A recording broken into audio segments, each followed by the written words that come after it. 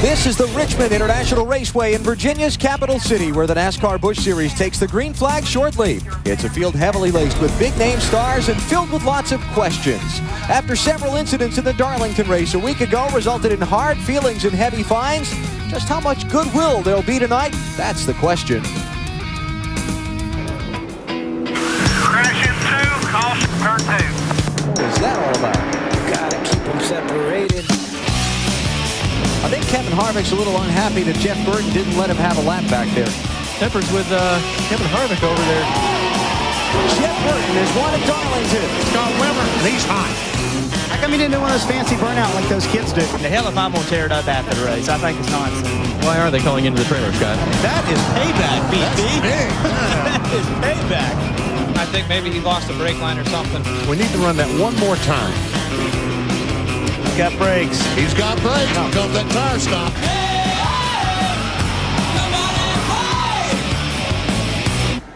Give me fuel, give me fire, give me double shot of time.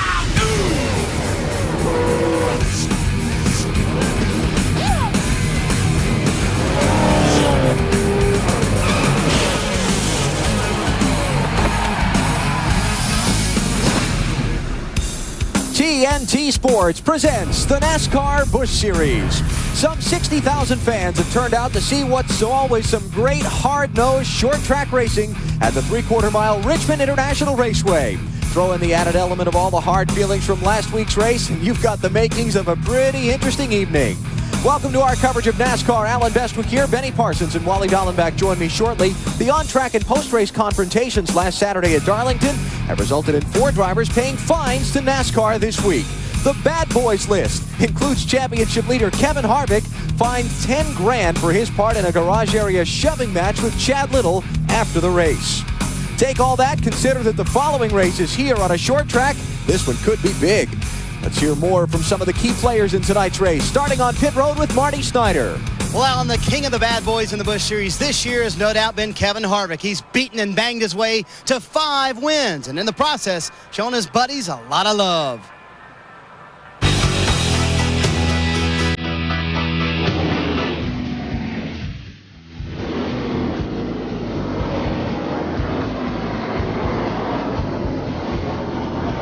These two guys don't like each other. That kid smells blood right now. Here goes Harvick. I'm still a firm believer 9 times out of 10 that the aggressor will be the one that comes out on top. He puts on a good show. And he's definitely not short on showmanship, and it's been an exciting yet a couple of rough 2 weeks for you. Everybody's trying to label you as a bad boy. Is that fair, Kevin?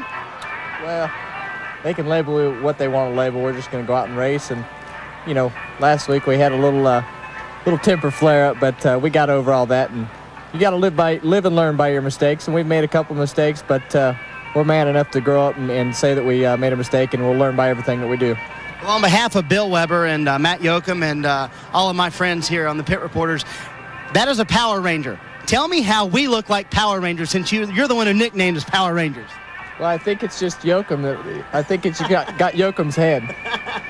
There's no yellow on there. It looks nothing like our fire suits. But one of Kevin Harvick's best buddies, Jeff Green, is standing by with Dave Burns. And Marty, I'm sure he feels that Kevin Harvick is one of his favorite superheroes. But, you know, Jeff Green has been around all that action. We showed it in the beginning. He was the hitter one week, and he was the hittee one week, but he didn't get hit in the pocketbook last week, which is pretty good. Jeff, how do we avoid getting into contact with each other all night long here on the short track? Don't race.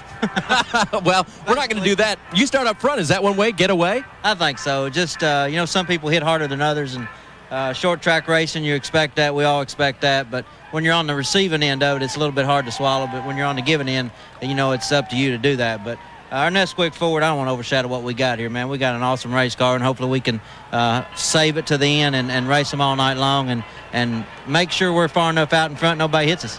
And he hopes at the end there's a victory celebration because he celebrated a birthday yesterday. And he can then say, chocolate milk for my men. To Liz Allison. Hey, and I'm with a guy who can do a little banging around himself. Jimmy Spencer is one to watch tonight. He won here in the spring, and he is ready to do it again here tonight in Richmond. Hey, Jimmy, you know how to get around this track. What's your plan here? Well, it's typical Saturday night at the races, except it's Friday. The yellow freight car ran really well here last time. It ran real well on happy hour last night, and the key here is to be patient and not slip your tires. Keep your tires gripping all the time coming up off these corners. Car seems to have good grip, so hopefully we can stay up here all night with this thing. You've got some good guys around you. Can you take them? Can I take them? I like that, Liz. Can I take them? As I feel right now, yeah. You know, this is tough because we have a really good opportunity to stay up front here. Got some good cars, and that's important. You know, Ryan's running really well, and Jeff Green was really fast in happy hour. He was the fastest car. And I think that, you know, we like where we are. We like our position.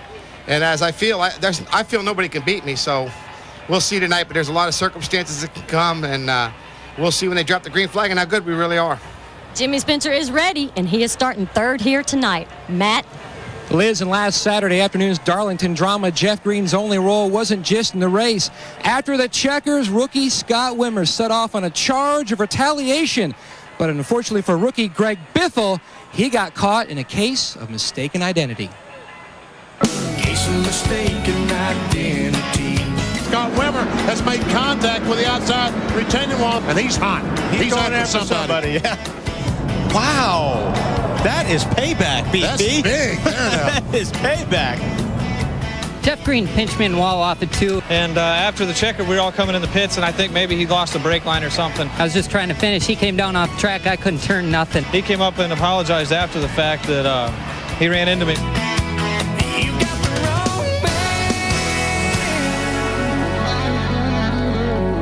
Short tracks are notorious for paybacks, but Greg Biffle, do you put what happened last week after the checkers out of your mind, or do you make a little mental check mark for a payback? Well, really, you can't do that. As long as it's after the checkered flag, it's okay. If it's during the race, then you probably remember some things like the last Richmond race. But no, we got to put that behind us, and this week's a new week. By the way, you don't look like a Power Ranger. You don't think so? I got one right here. I don't think so at all. No, not at all. But what he's talking about is he finished 37th here in the spring. The reason he got caught up in a crash, a little altercation with a good friend of his, some guy in a blue deuce. Alan? All right, Matt. There are 10 Winston Cup drivers in the field for tonight's race. Included in that group, Jeff Burton, who will drive that car from 21st starting spot. He's a Virginia native and local favorite, trying to back up last Saturday's Darlington win with another here in Richmond tonight.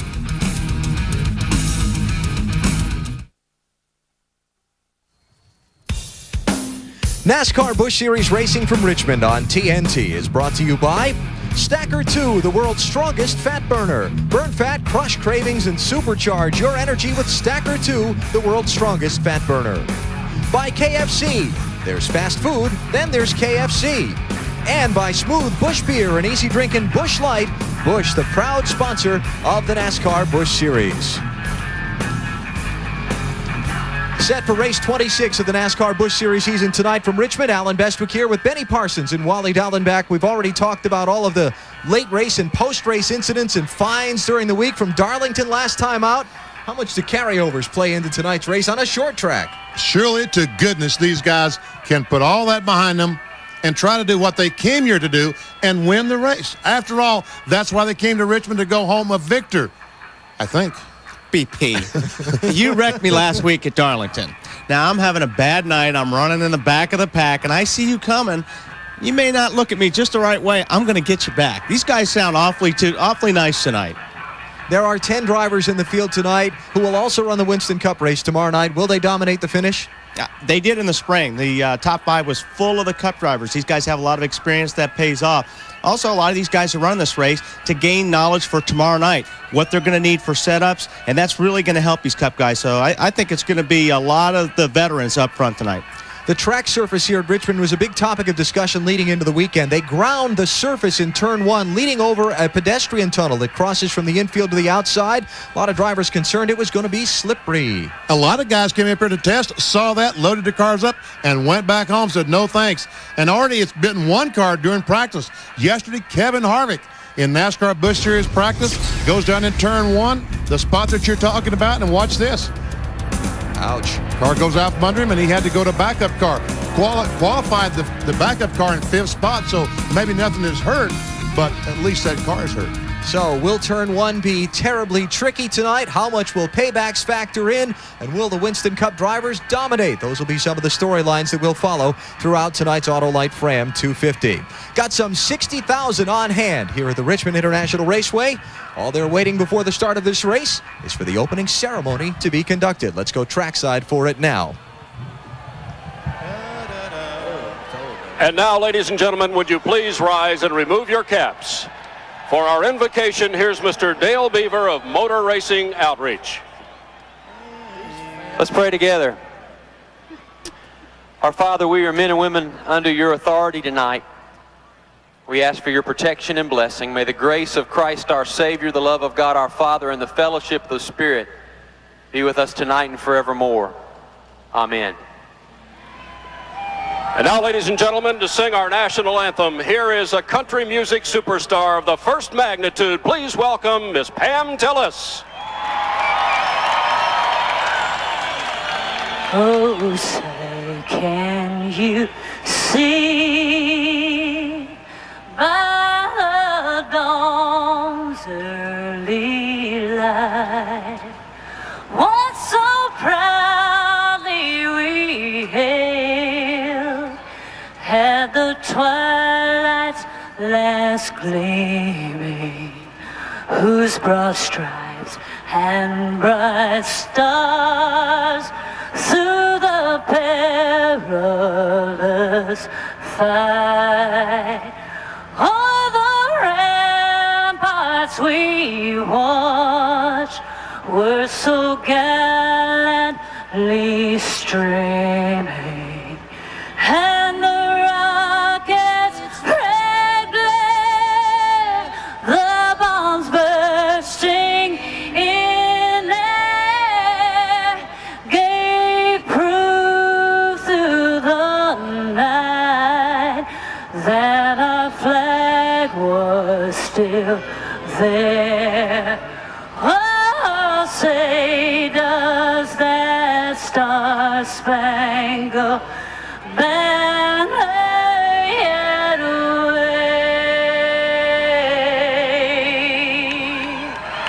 o'er the land of the free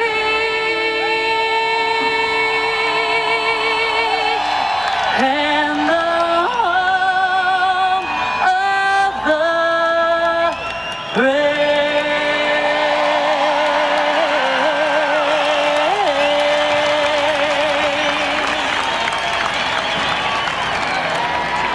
And now, ladies and gentlemen, for those magic words of motorsports, here's our Grand Marshal, Eric Rozier, Vice President Marketing of Autolite.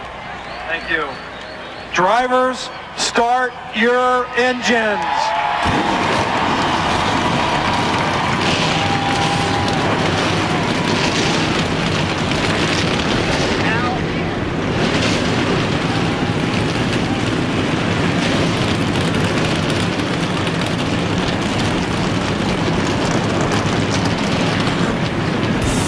Drivers are ready to go 250 laps at one of the circuit's best tracks for door-to-door racing. Stand by. The green flag at Richmond is next.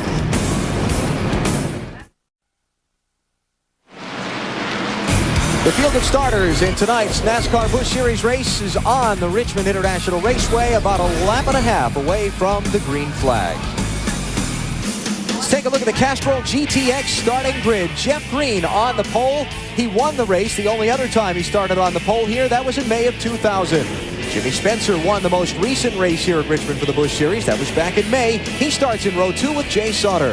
It's Kevin Harvick, NASCAR Busch Series championship leader, with his fierce rival Greg Biffle in row 3. That'll be an interesting one. Inside of row 4, Ron Hornaday. On the outside, Joe Nemechek, first time here since 1996.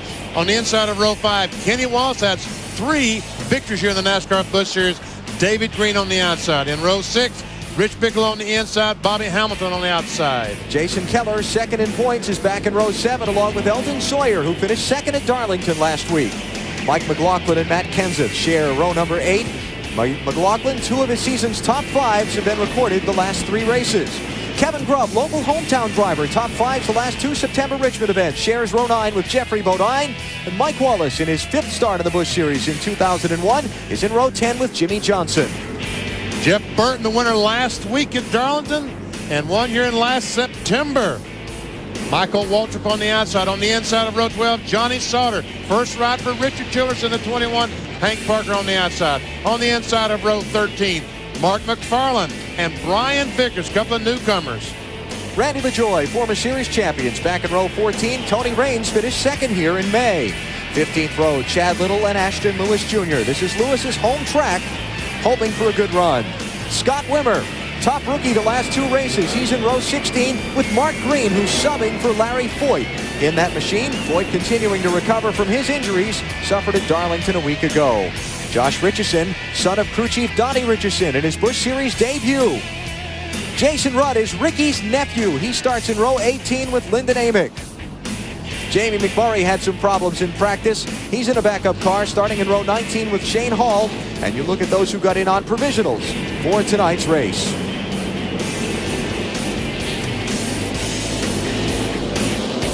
$250 laps is the distance tonight, 187.5 miles. Some $750,000 up for grabs, and we are set to start here at Richmond.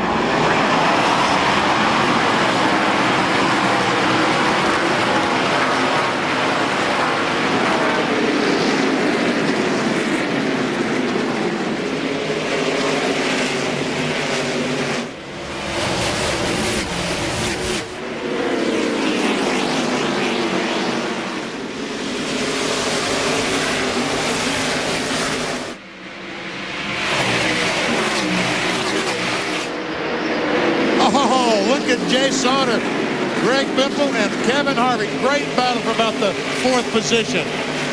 Jeff Green leads. Ryan Newman is second. Jimmy Spencer is third. Then this race for 4th.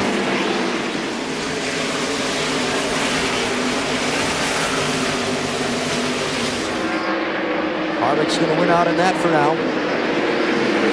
There's Ron Hornaday in the 11, just missing. Whoa, Greg that was Biffle. So close to the rear bumper of that 60 car. On board Biffle. And this time he gives him a little room, and Hornaday takes that position. Meantime, Jimmy Spencer goes by Ryan Newman, takes over the 2nd spot. And Newman about to lose another one to Kevin Harvick. Got to take advantage of that open door.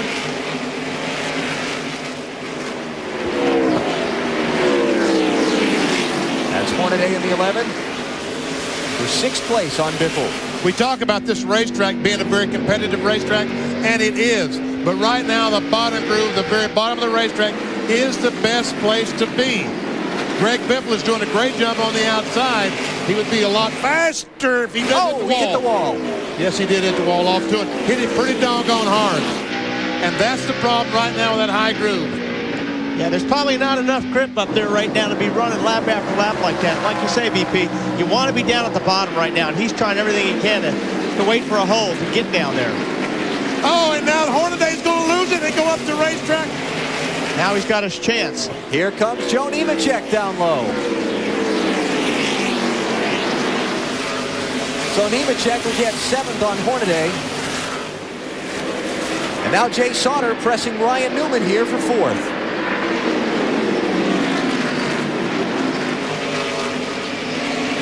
And talking to both of those drivers, talking about Ryan Newman and Jay Sauter in the garage here this afternoon. How's your car? Neither one of them was very happy with their car, and I can see why. Well, I don't know. Sauter's car may be okay as soon as he gets by the 02 car. Ryan Newman falling back from the front 3, Marty. Yeah, well, Benny is exactly right. I just asked Matt Borland how was the car in happy hour. He said junk. It was a bucket of bolts in happy hour, in fact, is the way they described it. They changed everything on that car this morning, or this afternoon, rather, trying to make it better, and they really took a shot in the dark. You know, we're used to seeing Newman run up front, dominate these races. That won't be the case tonight. They really guess at this setup. They don't know whether they're going to run good or whether they're going to run bad tonight. Ryan Newman finished 14th in the race here in May as you look down on this exchange of 4th positions from our U.S. Army Skycam. Be an Army of one. Find out more at GoArmy.com. Greg Biffle has the position. Ryan Newman wisely lets him have it, backs off, gives that spot away. I think Ryan Newman right now is doing a good job in just falling back to the field and finding a spot that his car will run and keep up. Yeah, because this place, you're in a turn so long here. I mean, the straightaway, actually, the front stretch is a turn. It doesn't take much for an impatient driver to get behind you and just touch the bumper of your car, BP, and you're going to be sideways. Jeff Green leads, Jimmy Spencer second, Kevin Harvick is third. Then about 3.5 seconds behind them, you've got this race. Jay Sauter in fourth, Biffle in fifth, Newman in sixth. And now here comes Ron Hornaday and Kenny Wallace racing for eighth. And Rich Bickle, the 59 car, also is entered in this battle. You can see Nemechek is just faster than Newman. He just can't find enough running room to get inside of him. And this is probably the case for Kenny Wallace and Hornaday also. Might have a run here. Oh! That was close. We saw the nose of the 87 car just dip as he slammed on the brakes, knowing that the 02 car was coming down. But this time, the 02 gives Nemechek some room, and he'll take that spot away. And so when he finishes the pass, that'll put Nemechek up to sixth and Newman back to seventh if he finishes the pass.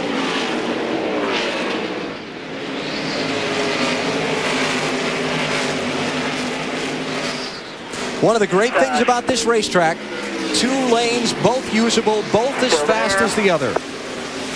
We'll see this all night. Somebody will get inside of somebody else and not be able to finish the pass. Still there. Dave? Well, Alan, in the middle of this battle, this is a memorable start for Joe Nemechek. It's his 200th career NASCAR Busch Series start. And in fact, here at Richmond, Benny mentioned the fact in the Open that he hasn't raced here since 1996, but in the 11 times that he has raced here, he's had 7 top 10 finishes. So Joe can get around this place, and he can get around in a Busch car here in his 200 starts. Nemechek finally finishes the pass on Newman. Meantime, look ahead of Kevin Harvick. The front 2 are gone from him. Just underway at Richmond.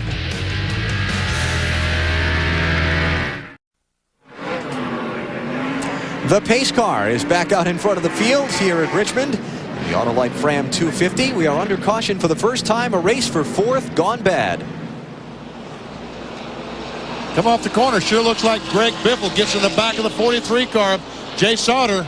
I would say so. It looked like the rear of the car came off the ground. That's over in turn number 2. Only question remaining there was, did Sauter slow for some reason, causing Biffle to run into him? Jeffrey Bodine got knocked around in the aftermath. Someone hit the 66 in the back, which caused him to spin. On board with... Nope. No doubt about it.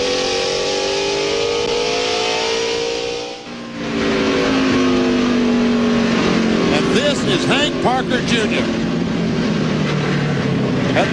That camera will never last tonight, I don't think. Now, Benny, wasn't very nice.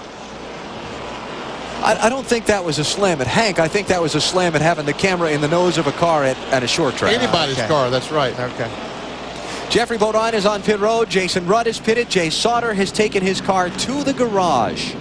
As you look down on the Richmond International Raceway, 66 probably going to need some rubber.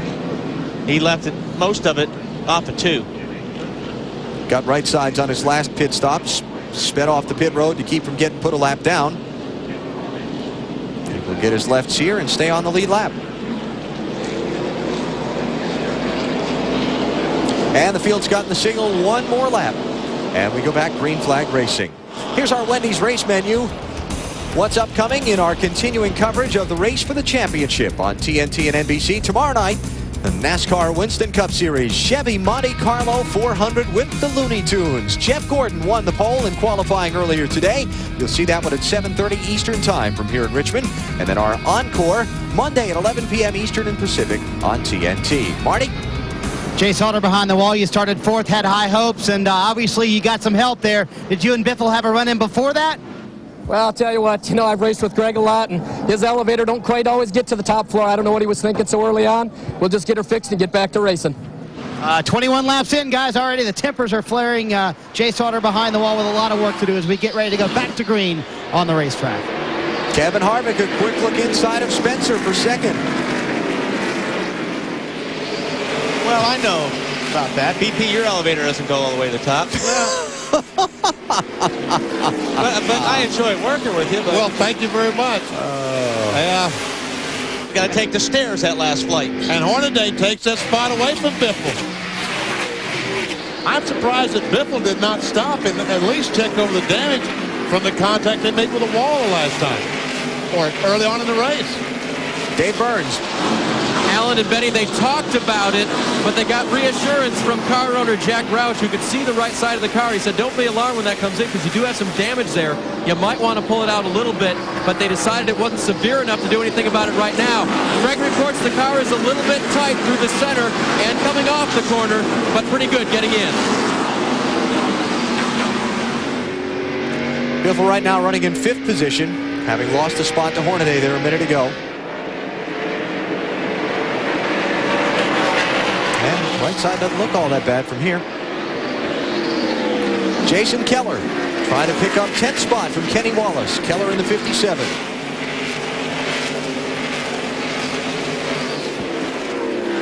And right behind him, sorry, Walt, it's Jeff Burton coming fast. He's up to 12. And Jason Keller in that 57 is a guy that really runs around, gets around this racetrack well as Jeff Burton. Right, Matt? Benny, you're exactly right. If you look at a driver, Jeff Burton is a master at trying to dial in an ill-handling race car to make it a winning race car. Over the radio during that caution, he told his crew chief, Tommy Morgan, he took 4 rounds of rear brake out. He says the car is finally loose. It's been tight all weekend. He has 2 wins here in his last 6 starts, and they feel confident this car could go to victory lane again tonight. It's on the move. Just took 11th from Kenny Wallace, started 21st.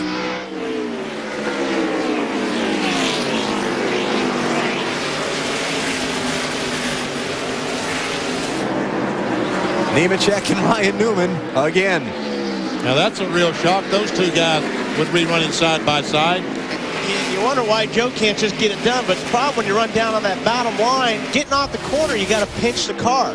So it slows the car down on the exit. That's why Joe's having such a hard time getting by Ryan, because Ryan's taking up his racetrack right there. Rich Bickle having a solid run. 59 car. He's in the 8th spot. There's a team that could use something good to happen for them tonight. Boy, the 59 car? Yeah. That is true. Only 3 top 10 finishes the whole season for that team. Dave? Well, Alan and I talked to the team just before the race, and you know that list of fines that you talked about? Well, Bickle was involved in that. He got hit in the pocketbook last week in Darlington. The team said, you know what? We think that kind of fired him up. He had a great qualifying run, and they have a great race setup. Hey, see, Joe got loose there getting off the corner. And that gets back to having that car pinched down. You got that steering wheel turned way down the left. You're trying to get off the corner, and what happens, all of a sudden that thing catches a bite in the front and makes the car loose getting off the corner.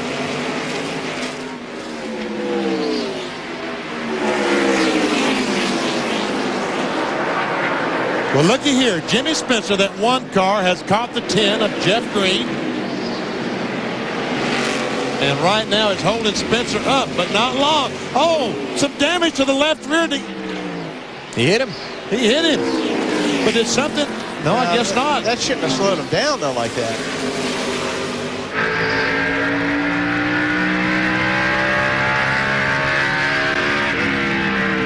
And the amazing thing is, how did he hit him that hard and not upset the car?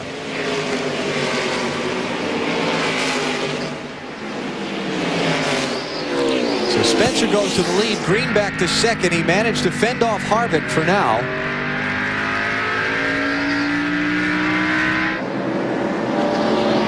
And here comes Matt Kenseth trying to take over, and does take over the 6th position. Matt Kenseth started 16th. Look at Kevin Grum underneath Kenny Wallace, and for a minute, Jeff Burton. And that's the car, the 37. That's the one that all those guys were talking about in the garage area, being really, really good. Let's go back and take a look at that pass for the lead.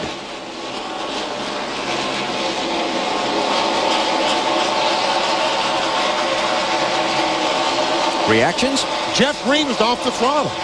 Did you see the blue flame out the exhaust pipe? Yep. That only happens when you're off the throttle.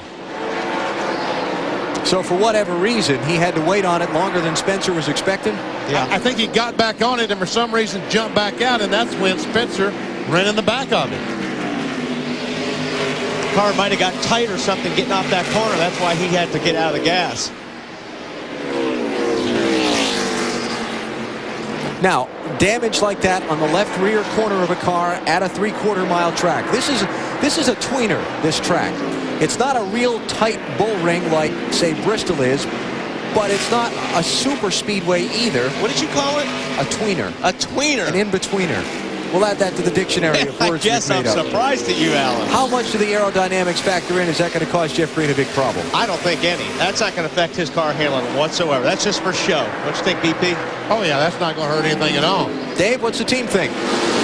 Well, another word you don't hear a lot is rosy, and that's what Jeff called the car early on. It was a little bit free, a little bit loose getting into the corner.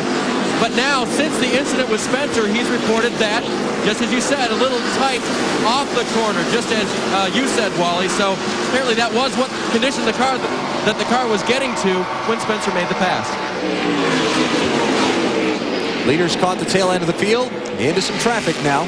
And I tell you, these guys are really running hard. See those brake rotors, how they're glowing red, getting down in the corner. Let's drop back and check on this race for 7th. Ryan Newman and Rich Bickle. Check this out. I saw that smoke a moment ago and thought someone had blown up. See, all Bickle did, he ran down in there hard, and that car just slid up the racetrack just a little bit, and that's what happens. So Jimmy Spencer is now out in front here at Richmond. We'll come back in a minute on TNT.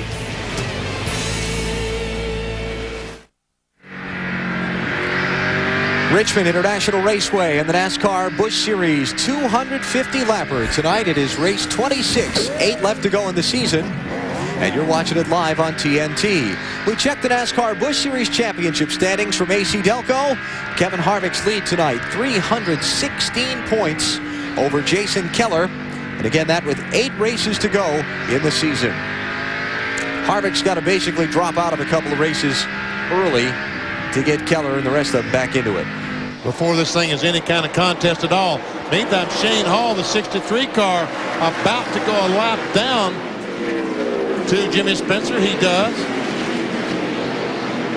Spencer's also overtaken Shane Huffman, Jason Rudd.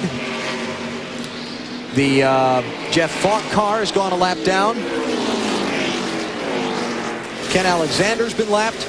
Brad Baker has been lapped. The only car out of the race right now is Jay Sauter. He's behind the wall, though not officially reported out of the race yet. Here's 5th place. This is a guy that's on the move. The 17 car, Kenseth, goes on the inside of Biffle, takes a spot away. And as I said, the 17 car started in 16th, put him in 5th.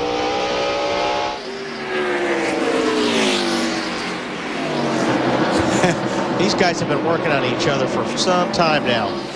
And, you know, Biffle got into the O2 back here, and I know he didn't do it on purpose, and he actually checked up, let Ryan gather it up, and then take another run at him. But in the meantime, that 9 car's coming. And as he sits there watching these two guys side by side for about 20 laps in front of him, what's he thinking? Burton. He's hoping that one of these guys will make the move, so by the time he gets there, he's got a clean racetrack. Trouble, turn 1. Wow. Big crash. Kelly Dent. Kelly Dent in the 54, Brad Baker in the 28. And Baker will be wise to park that thing and get out of it. And he's trying.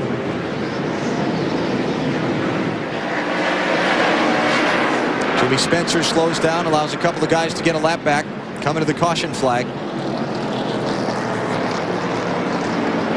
At least the flames have vanished in the crash over between 1 and 2. I never see Kelly Denton, both the cars getting out.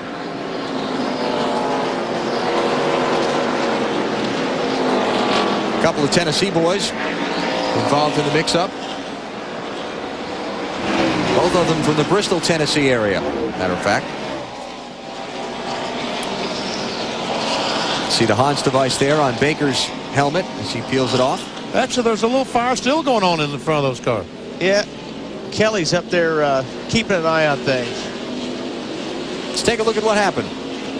There's a 28 car on the outside of Lyndon Amick and Ken Alexander on the inside. And Kelly just touched the back of that bumper getting in the corner.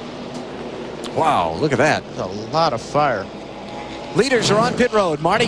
And Jimmy Spencer is here, Alan. They will take 4 tires. They will make no adjustments. He's a little tight into the corner, but they're very happy with the chassis right now. Again, no adjustments to Dave Burns.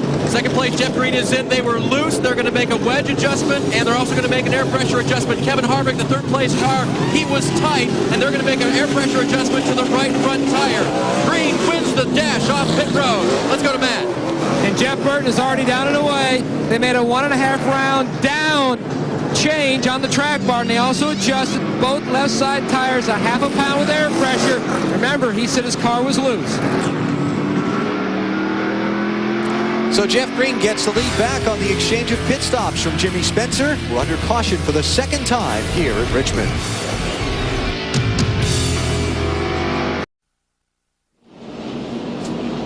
Friday night under the lights, NASCAR Busch Series racing at the Richmond International Raceway, live on TNT. Under caution at lap 56, second yellow of the race. It happened in turn 1. What do you think, BP? Watch the 28. I just think they all... I don't know. He was up high and he couldn't... There's no traction up there, but...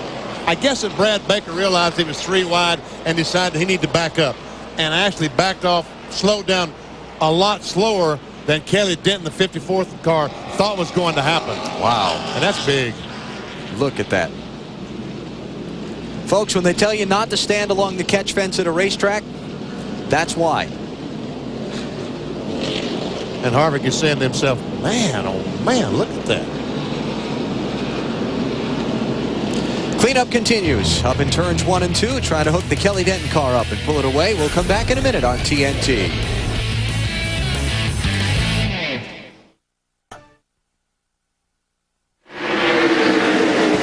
Just underway here at Richmond. Green flag is up. Jeffrey Bodine is the leader. He did not stop under the caution flag. You saw his earlier pit stop when he took on a set of tires. That was back at lap 18, so he stayed out and took over the race lead. And on the restart, Kevin Harvick, the 2 car, was able to get by Jimmy Spencer. And here goes Jeff Green on the outside of Jeffrey Bodine. This is for the lead. And Spencer's on the inside of the 2 car. He's kind of boxed in right now, Jimmy Spencer is. This could get exciting. That's not where you want to be right now. He's going to try to make him a hole on the inside. Did it work? It worked. Not quite. Well, he got by Jeffrey. Here he goes on Harvick. I don't think Jimmy was real happy the way Harvick jumped him on that restart. What makes you think that, Alan? The way that he's racing right now, would that be why you would think that? That would be my indicator. There goes Hornaday on us. Matt Kenseth in the 17.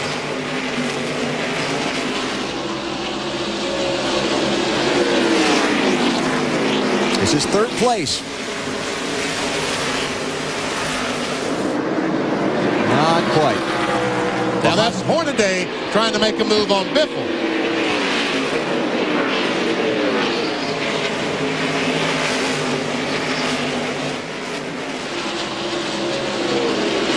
Tell you what, that outside lane here. It's looking better right now. It didn't look good at the start, but now I think they're starting to get some rubber up there, and it's looking a lot better up there. Jeff Green leads. Spencer is second. Harvick third. Kenseth fourth. Hornaday fifth. Biffle is sixth. Seventh is Newman. Keller is eighth. Jeff Burton is ninth. And Jeffrey Bodine has been shuffled back to 10th here after the restart. And you've got Kenny Wallace, Chad Little, Rich Bickle, Johnny Sauter, and Joe Nemechek is back to 15th. Now, I mentioned a minute ago Harvick jumping Spencer on the restart. Let's go back and take a look at it. Jimmy Spencer is the third car in line. Watch the fourth place car. Harvick, the blue car. Hey, that's a good move. That's a heads-up move on Kevin's part. you can't leave that outside lane open, because if you do, somebody's going to be there. Looked like Harvick kind of laid back and anticipated the start, too. He wasn't closed up on Spencer. Well, that's a no-no, but you got away with it.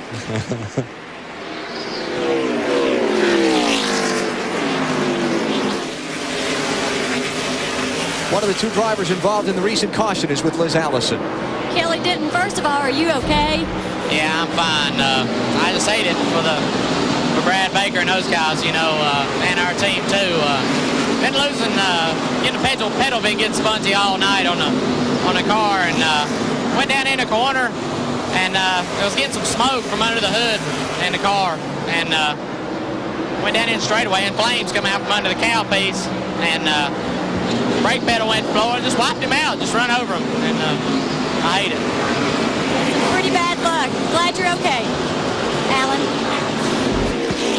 All right, Liz, thanks. Lyndon Amick has gone to the garage, joining the growing list of attrition. Oh, Spencer, you're sideways. Easy, Jimmy, easy. Leading this race right now is not. Oh, and we got the 6th car. Josh Richardson has spun. Caution flag is out. Josh, the 19-year-old son of crew chief Donnie Richardson, in his Busch Series debut. And they come back to the caution flag, and everybody will hold their positions up front. Third caution flag of tonight's race. Richardson has had some pretty good contact with that right front into the outside wall.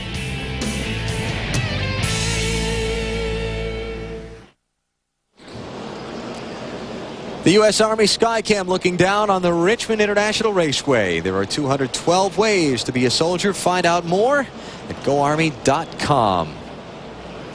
Neat little stadium this is. Might be the perfect racetrack. Rusty thinks it is.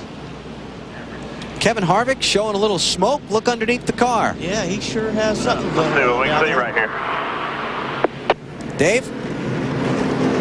They've been diagnosing it, guys. They said the pit is open. They are going to come in and take a look at it. Of course, Wally, you know, as a driver, the first thing you say is, we hope it's a little rubber on the header, you know, just smoking that way, nothing serious. But then Kevin radioed back in, smells like oil.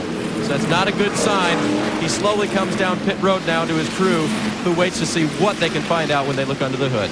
Yeah, there's a big difference between oil smell and a rubber smell. So he is. I couldn't see if there's anything coming out the back or not, but. Well, here they are now. They'll go ahead and change right side tires and probably put left side. Actually, they're going to take them off and take a look inside of the right front wheel well. That's Mike Berry taking a check in there with the flashlights. And they're radioing in now. They're going to tell, yep, Todd Berry, the crew chief, just told him to raise the hood. They asked Kevin if the oil light was on, and now they're going to go underneath and see what they can see. There's no oil up on the hood, which is one good sign.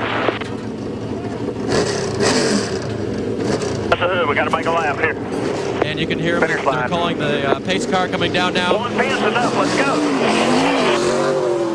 And the diagnosis continues. Doesn't look like they've discovered too much there, guys. Yeah, that normally is not going to go away. I mean, if it's smoking that bad.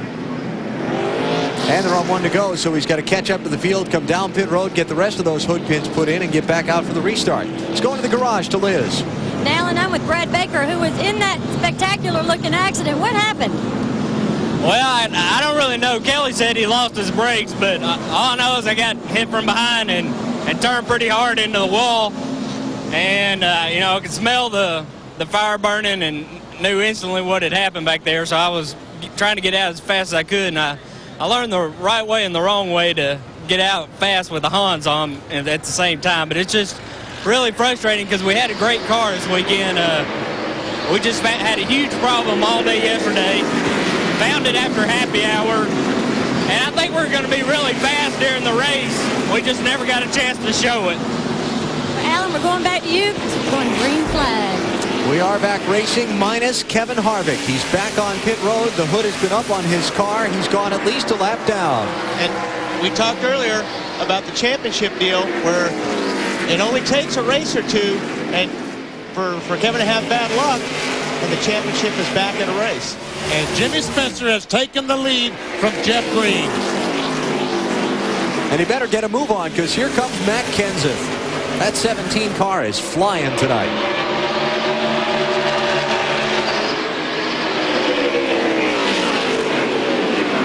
Marty?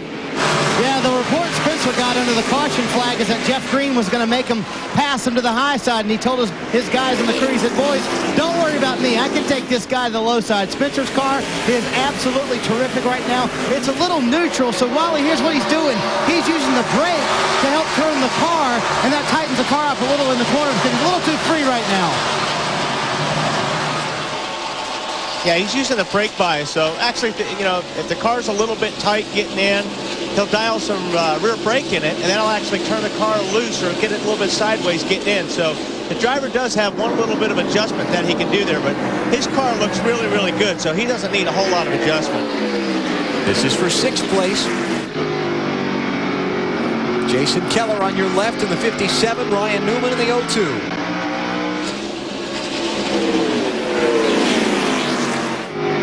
Let's mention that Kevin Harvick has rejoined the race. He's in 38th place, 2 laps down. And that man Keller is second in points, and he's running 6th. That could be bad. The fact that Kevin Harvick is 2 laps down could be bad news. Remember Bristol? Yeah. He got 2 laps down, and guess what? Came back and won the race. Yep. Dave? Well, Alan, one of the other radio transmissions from Kevin was regarding oil pressure, which is something they read in order to know if the motor is still getting the correct amount of oil, and that'll tell them if they've got a real problem. And Kevin said the oil pressure was fine, and I just talked to one of the crew guys, and they think, well, they hope that maybe it's an oil line and not something internal with the motor. Maybe they got it fixed. Well, to fix it, they had to do something. Yeah, they either had to tighten a line or either a line was loose something or something. Yeah.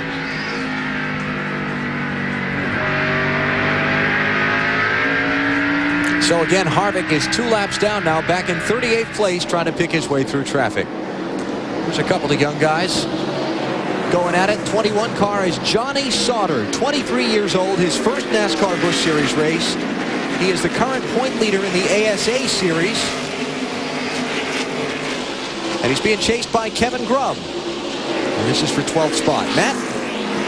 I spoke to Gil Martin, the crew chief on this 21 car before the race. He said they're very, very impressed with Johnny Sauter's maturity. He's only 23 years old, but he's handled this car like a veteran. They came up here and tested over 400 laps just in race trim because they knew they had the provisionals to make the race.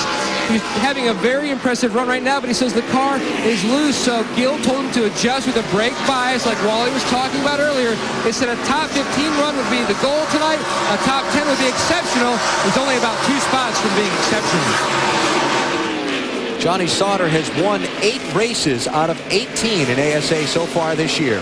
That was enough to get Richard Childress's attention. It sounds like a lot of these guys are loose getting in if they're messing with the brake bias, BP. Because if you're loose getting in, you know, you're going to want to dial a little bit to the front to make the car slide the front a little bit getting in.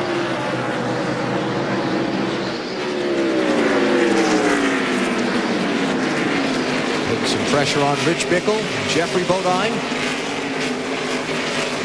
We saw Chad Little get through those two a couple of laps ago. Chad's up to 9th spot now. He started back in 29th. Wow. Take a look at this. Hornaday and Biffle. Wow. All clear, all clear, all clear. He's looking inside. That was the voice of Jack Roush telling his driver, Greg Biffle, there's no one behind you. You got all the racetrack you need to try to get that thing under control.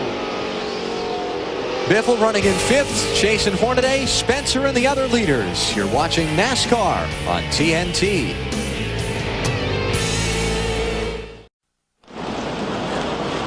Back at Richmond, we are under caution in the Autolite Fram 250, 4th yellow of the night. This one involved former series champion Randy LaJoie coming off turn 4. Randy comes off the corner. This is him on the very left of the screen and gets on the gas, and the back end just keeps going. And it won the battle to the start-finish line. It came back and beat the front. It counts. That's a lap.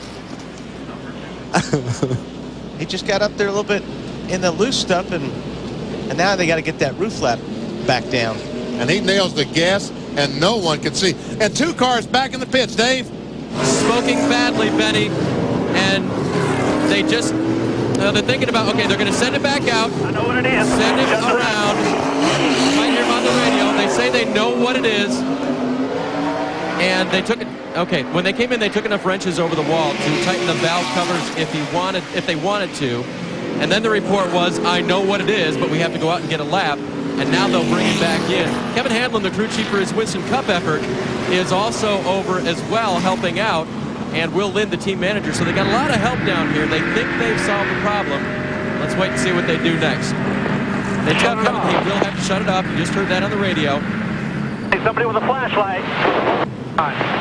Now we'll watch this continuing drama now as the points leader. His car smoking badly. Big puff of smoke as they open it up. And a crewman diving in to work on the internals of that motor. Remember. And I can't tell you how hot that is under there where that guy's trying to work. Big time, Benny. They all wear gloves and they have fireproof suits on, but that's not helping a whole lot right now. Todd Berry leads over the front of the lap. Just take it off. We'll get it done in 1 lap here.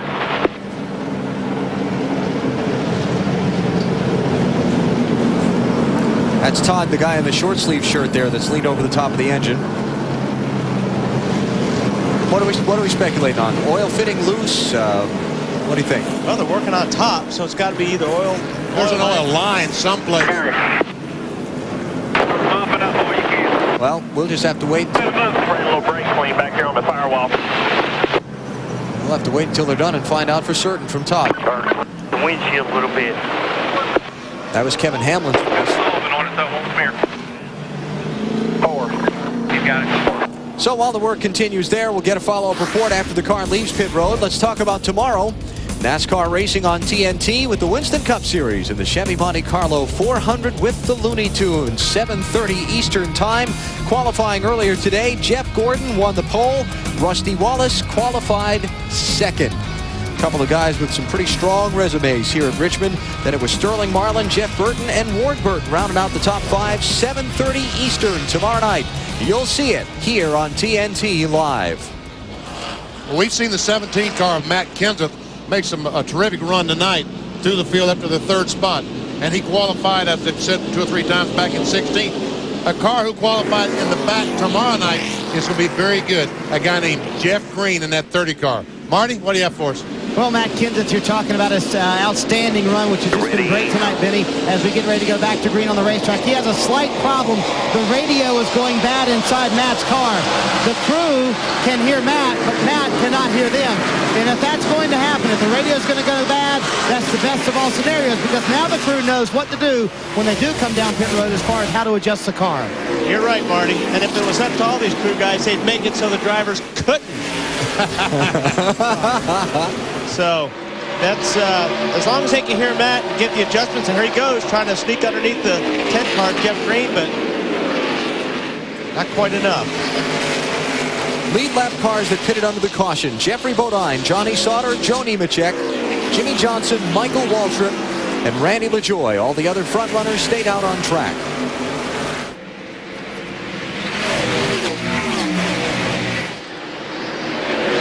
Kevin Harvick has just rejoined the race. He's now 4 laps down. Still in 38th place.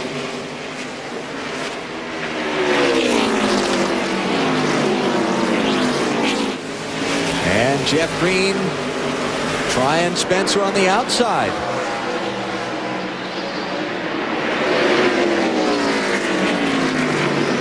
Jeff Green is trying that high. Oh, caution flag is out. Car on the wall. It's Randy Tolsma. And Nemechek goes sliding through the grass. 5th caution. There's Joe. Tolsma trying to get back around before he loses a lap. He made it. Let's take a look at what happened. Ooh. Johnny Sauter, Joe Nemechek, and Jimmy Johnson, 92 car. They were all 3 deep, weren't they? Those are the guys. Those are the guys that pitted under the caution. Don't you just love this racetrack? Johnny got down on the apron, perhaps. No? That was a little bit late in the deal. Let's see. 5 caution flags, 100 laps, still 150 to go. This could be interesting. Another look at what's put us under the 5th caution here in Richmond. Watch up top. You'll see the 21 car way down the bottom of the racetrack. He's on the apron. He came slamming across that, got up on the racetrack, then bounced into Joe. And Joe, he just took out Bugs and Tweedy and Sylvester and Randy Tolsma. And Randy Tolsma. Be it Randy first. And watch this. Now, here's where Bugs and Sylvester and Tweedy and all of them. Watch this. Oh, man. What's wrong with Joe? Well, I can tell you one thing that'll happen tomorrow before the race. They'll fix it. The crew will be out there painting the grass once again. So will Joe. No, I don't know. You don't think Joe will be out there helping him? I would think not. Would you be? See, No. Look at what they did to poor Bugs. All right, let's get an update on Kevin Harvick, Dave. Well, speaking of fixing things, Todd Berrier, the crew chief, was involved in that whole fixing operation. What was the problem finally that you found? The problem was on the small block Chevrolet, there's oil fitting in the back of the block that like feeds your oil pressure gauge, your oil pressure unit. Well, the number 4 line that hooks that gauge, the fitting was busted on it, so we just had to disconnect the oil pressure gauge and cap it off. So it ain't going to affect the car in any way. The car's probably better now than it was because we made an adjustment there. We put tires on it. Just 4 laps to make up, so but we got 150 laps left or something, so shoot, it'll be good. Yeah, they made up 2 before at Bristol. Don't forget that. And Todd did tell me that he didn't lose enough oil to matter. And again, to repeat, the capping off of that line will not affect the operation of the motor. He should be good to go. Liz? Randy, it looked like you got crunched in out there. What happened? I guess Joe Nemechek wanted to pick a war with the Marines. You know, the United States Marine Corps Monte Carlo was running real good. We were making changes on it. You know, we're trying to finish this year and gain some notes for next year so we can come out real strong. And they had a good car that was raceable tonight and just trying to hold our own. And those guys got some fresh tires and knew they'd be coming. Tried to give him the bottom groove back there. I guess he wanted another caution maybe to do some more adjustment. He just flat ran into the back of me and crashed me. I mean, he hit me about 3 to 4 times, so I don't know what else you'd call it, but certainly not good luck for us. They're going to keep working on the car and try to get out there. Matt? Liz, Johnny Sauter made 2 visits to pit road to work on his right front fender. Just some cosmetic damage. They pulled the fender out, then did a little more cosmetic work on his second stop. But remember, he was off sequence because they were working on the race car's handling. We told you it was a little bit tight, a little bit loose, going back and forth. Now, Gil Martin says the car should be good. Alan? Put some oil dry down, so it's going to be a couple of more laps under the caution. We'll take a break and come back for the restart. Closing in on halfway tonight in NASCAR Busch Series racing from Richmond on TNT. Let's try this again. Wrapping up the 5th caution.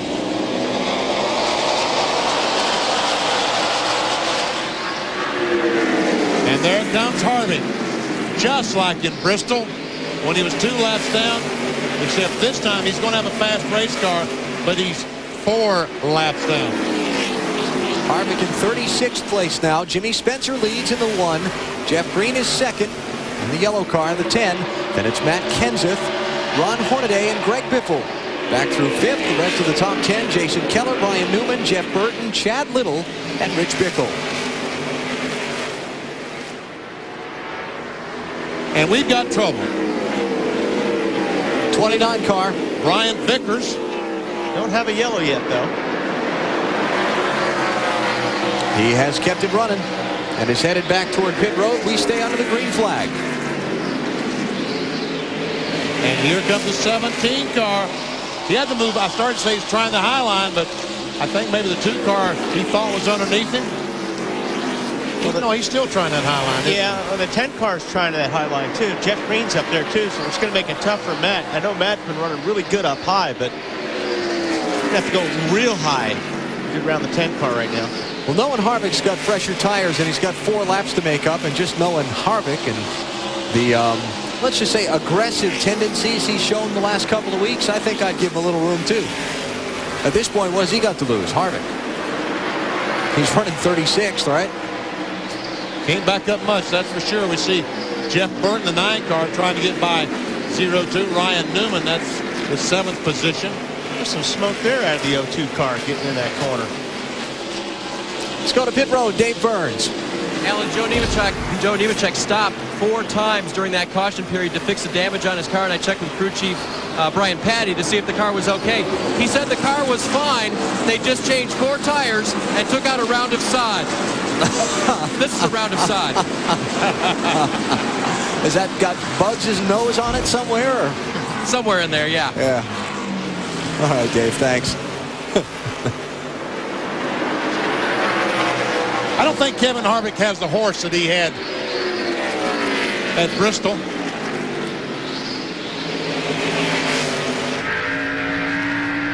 I think he's got a good race car, but I'm not sure that it's the dominant car that he had in Bristol. While he continues to try and get a lap back from Matt Kenseth to get up to the front 2, let's go back and check in on a race for 9th and 10th positions.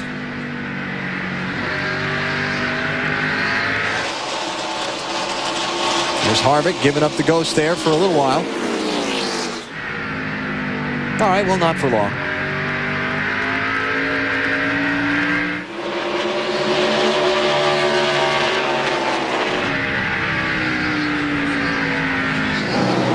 All right, now let's go back to this 9th and 10th place thing here. Actually, now for 8th, Kevin Grubb trying to take 8th spot from Rich Bickle after having disposed of Jeff Burton.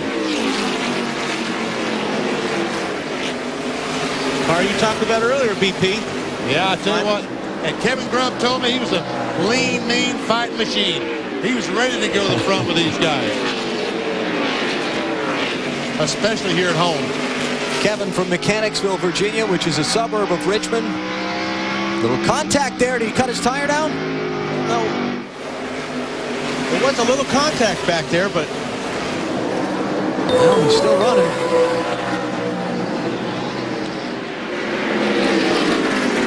So Grubb loses 2 positions there. And Chad Little closing in on them. Boy, Chad has had a great race. Hasn't he? Started 29th. He's up to 11th.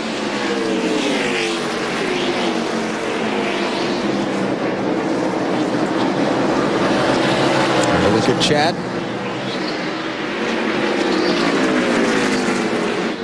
Chad's got top 10 finishes the last 2 short track races for the Busch Series. Indianapolis Raceway Park, he finished 3rd. And at Bristol, he finished 9th.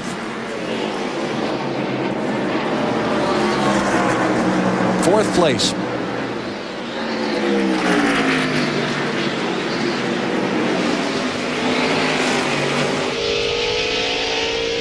On board with Greg Biffle, 5th place car. And no, he didn't stop there, folks.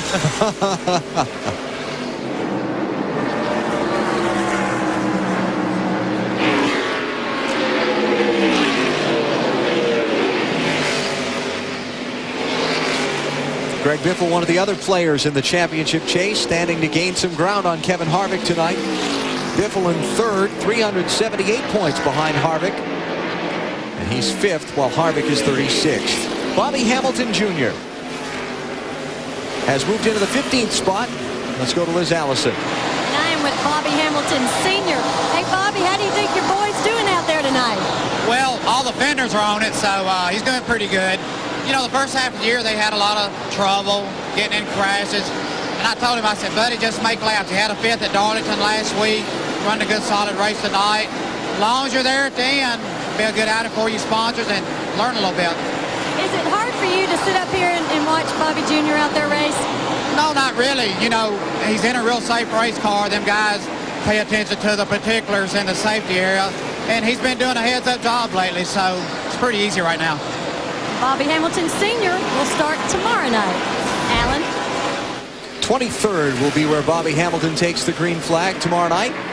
He will be riding along with Marvin the Martian, one of the Looney Tunes cars. That was always one of my favorites.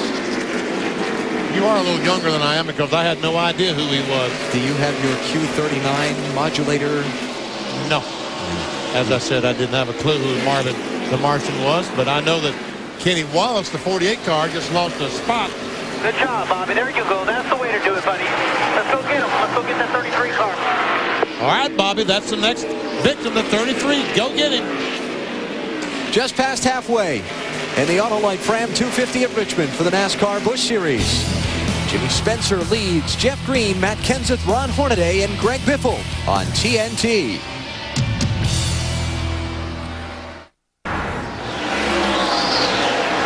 All right, Ernie, thanks. In addition to that U.S.-Brazil showdown, you'll also see the women's 3-meter springboard diving competition on the 2001 Goodwill Games from Brisbane, Australia, following the race here on TNT.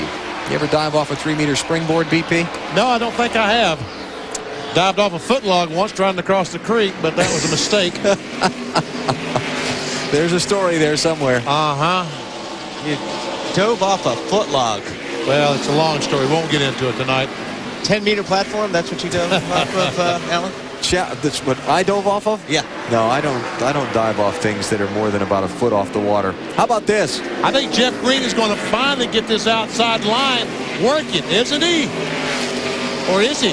No, Spencer comes up and blocks him. He's going to try it again. The only way he's going to be able to pull this off is he can get a fender on Spencer so he can't use all the racetrack. Like almost right there. Almost. He's going to try it again. Yeah. Lap traffic. They're going to go 3 wide. Lap car gives him room. But Jeff has got to get that wheel up under his right rear wheel of Jimmy Spencer. Whoa, what was that with Harvick and Kenseth? Did he just bonsai him? I don't know what happened, if he did a slide job or what. But Harvick lost, 17 and Kenseth lost about 25 car lengths. Man. Kenseth's still in third. Remember, Harvick is 4 laps down back in 36th place, but I think he might have just used a lap car there and maybe forced a hold that wasn't. Better not try that on that one car. Remember, we've talked about aggressive driving and all of the bumping and banging and hot tempers there have been the last couple of weeks in the NASCAR Busch Series. Remember the end of the race in Bristol a couple of weeks ago tonight when Jeff Green pulled up alongside Harvick and was bouncing off him after the race. And then last weekend at Darlington, actions that resulted in 4 guys getting fined. Had Harvick and Chad Little wrestling in the garage area. Rich Bickle wrecked Kevin Grubb under the caution. The whole Scott Wimmer thing that we talked about, running around the racetrack looking for somebody, and Greg Biffle getting caught in a case of mistaken identity. Hornaday had some problem up there off of turn 2. Got it back going again, but he got way high.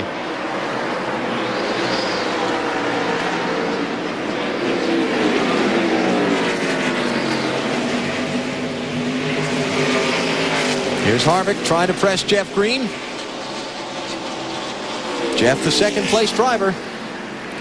Damage on his car from when Jimmy Spencer got into the back of him earlier to take the lead away from him. Now, with these guys racing like that, it's going to let Jimmy Spencer get up a little bit of a lead on the car of Jeff Green. So Jimmy's liking this. Last time by, Jimmy Spencer had a half-second lead. We'll see as these 2 cars race. Ashton Lewis got some problems off turn 2. Looks like the engine has expired on the 46 car. He lost 2/10 that lap, what you were saying there, Benny. That's right. Talking about the second-place car of Jeff Green, lost 0.2 of a second. All right, let's go back. We were speculating that Harvick kind of make a hole under Matt Kenseth in traffic a minute ago that cost Matt a lot of ground. And the answer is? No. No. No, Matt just slid up the racetrack. Okay. No foul. Upon further review, not guilty. But now Kenseth has closed back up right on the back bumper of Jeff Green. That's Kenseth, the blue car.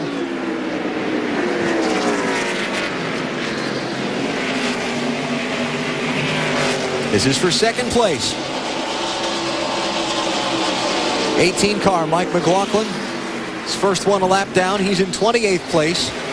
Just been overtaken by the leader, Jimmy Spencer. think I suspect Jimmy had just let Harvick go. I mean, he ought to. I mean, after all, the guy's 4 laps down. He's not going to do any damage for another 100 laps anyway. Yeah.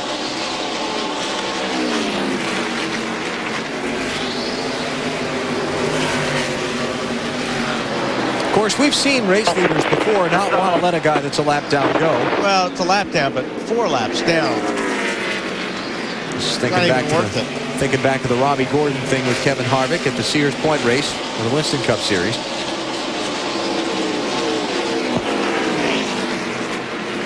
Well, Kenseth sure tracked Jeff Green down in a hurry. Whoa, wow. Did you see that? Spencer with a big wiggle. And here goes Harvick. He's on the inside, and Jimmy Spencer wisely just backs off and says, go ahead, you've got better tires than I have. And after all, you're 4 laps down, so take that spot. I don't want it.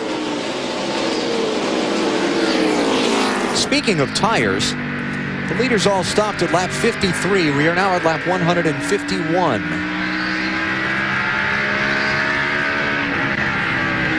Won't be too long. Marty's in the leader's pit. Marty? Yeah, one thing that Jimmy Spencer's team is keeping an eye on, Mark Reno is Jimmy Spencer's spotter. He's keeping an eye on the brakes. And if you'll notice, when Spencer goes into the corner, his brakes aren't glowing like Jeff Green's are. Jeff Green is really using a lot of brake into the corners.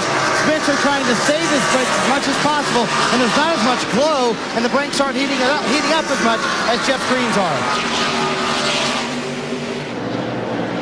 And that's a good race car. That's a good handle of a race car. When you don't have to use brakes as much as the next guy, it means your car is getting in the corner good, and it's rolling through the center, and you don't have to use the brakes as much. 17 car, Kenseth takes over that second spot.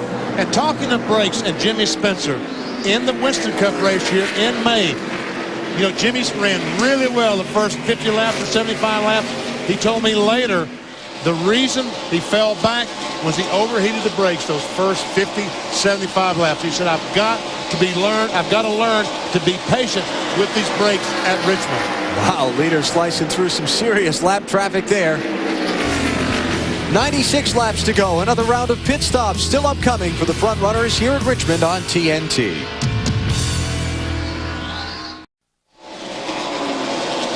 At the Richmond International Raceway, NASCAR on TNT with the Autolite Fram 250. Jimmy Spencer's your leader, coming up in the back of the 22nd place car to put him a lap down, Scott Wimmer.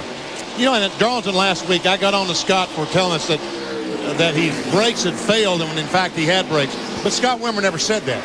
Greg Biffle assumed he didn't have any brakes. He told us that, and I put words in Scott Wimmer's mouth. He never said he didn't have brakes, and he obviously did, as we showed you.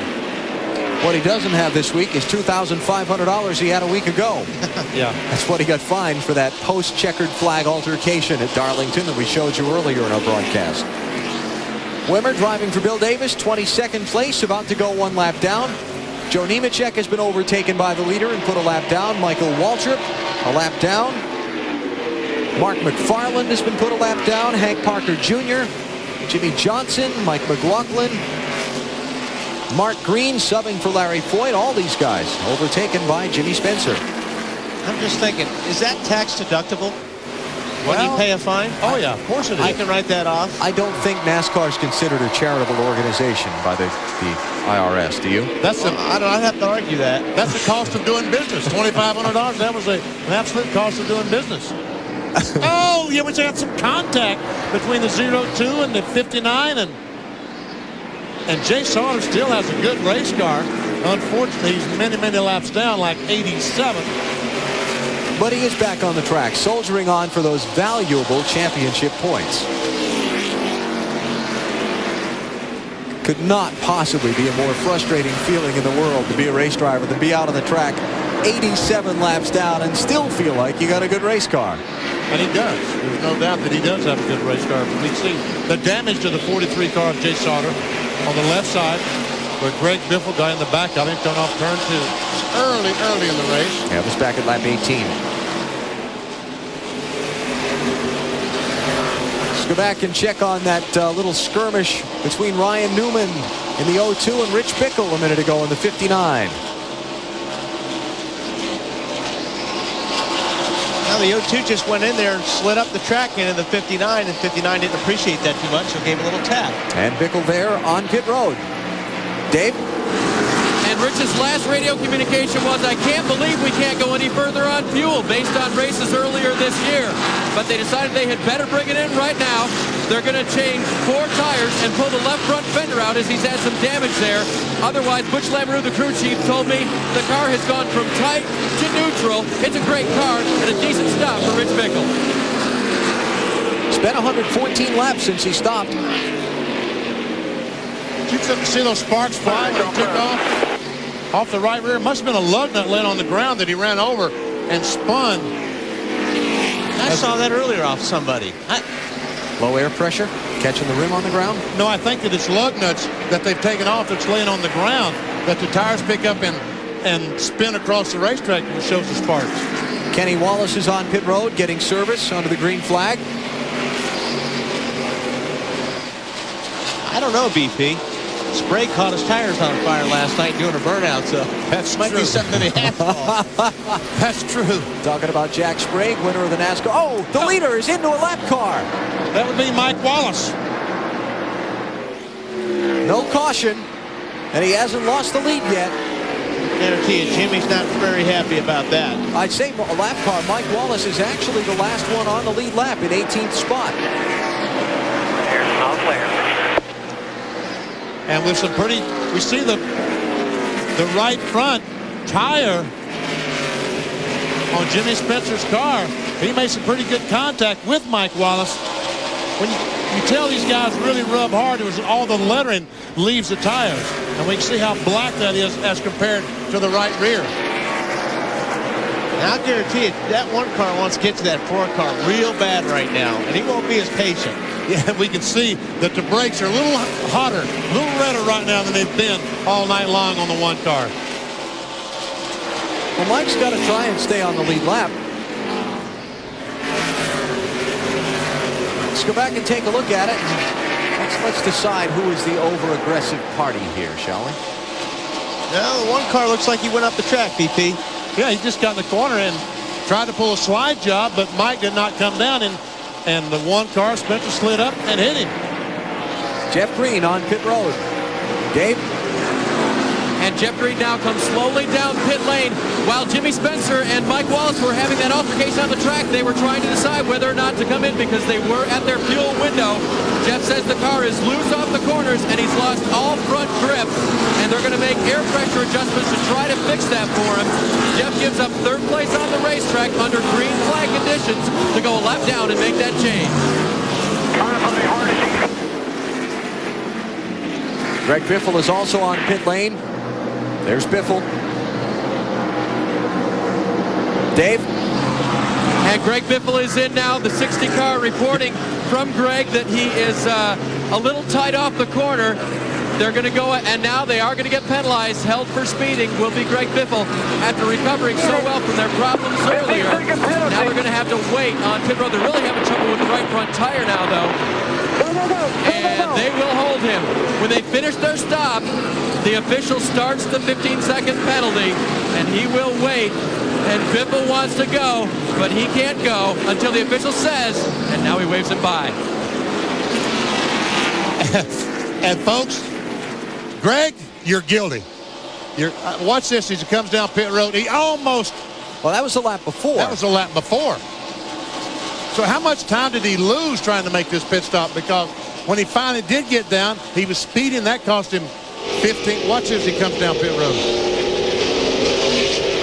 That's the same incident just a moment ago where he missed pit road.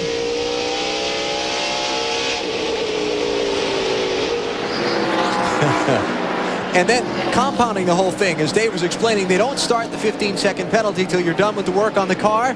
And they had a lug nut missing on the right side. Penalty doesn't start till you get around and replace that. Then you start the 15-second penalty for speeding. Right now, it has left Biffle 2 laps down in 30th place. Okay, here we go. 5,000. Okay, we see right there when he gets to this point of pit road. Second, right up here, buddy. Keep your foot on the brake, all right? Lay one down, everybody.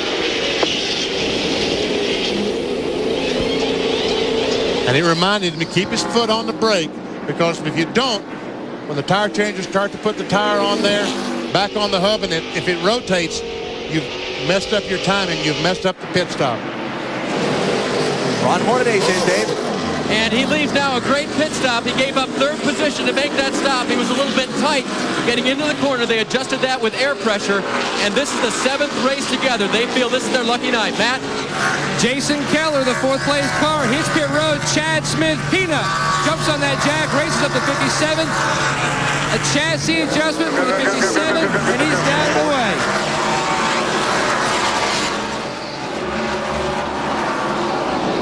The leader, Spencer. 2nd place, Kenseth. Neither have pitted.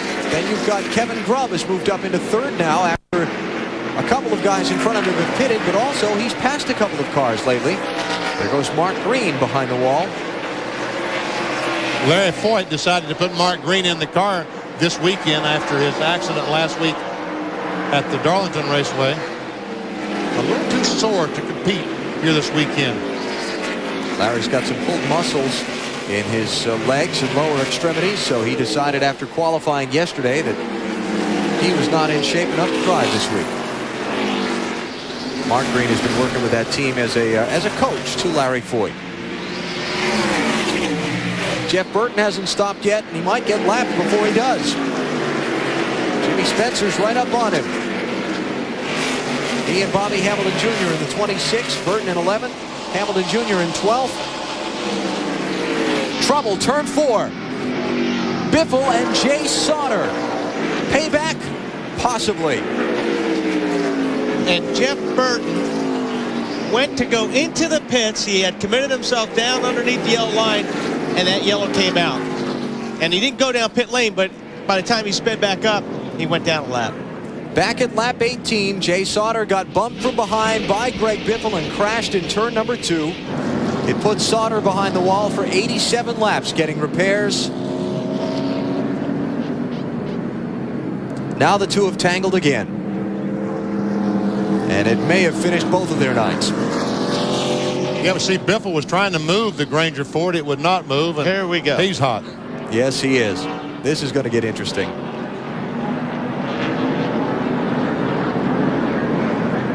And that's going to get expensive. That's going to be expensive.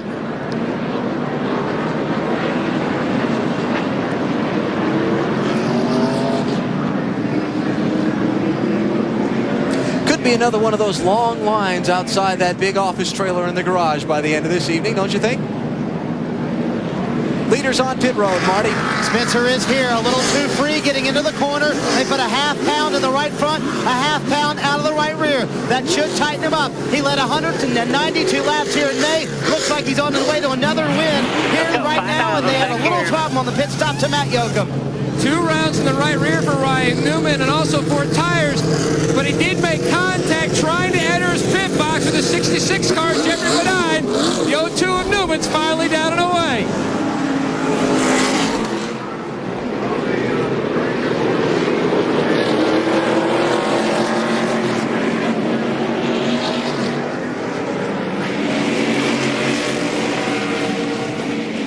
After the exchange of pit stops, running order going to be jumbled up a little bit.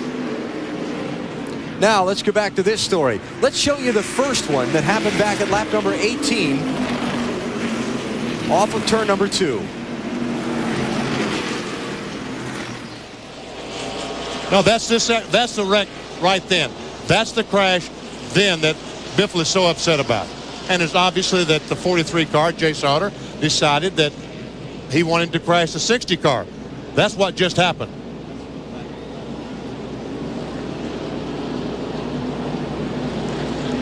And here, watch this.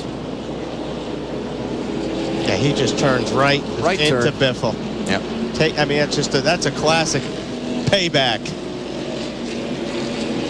Now let's go to the one at lap 18 that started it all earlier tonight. All right, well, here's when Biffle got in the back of the 43 car.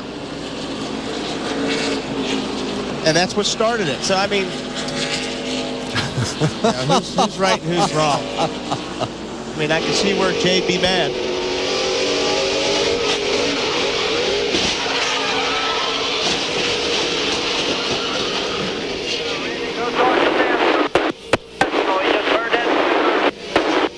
I'm not sure we want to hear that radio right now. You know, but that's the thing.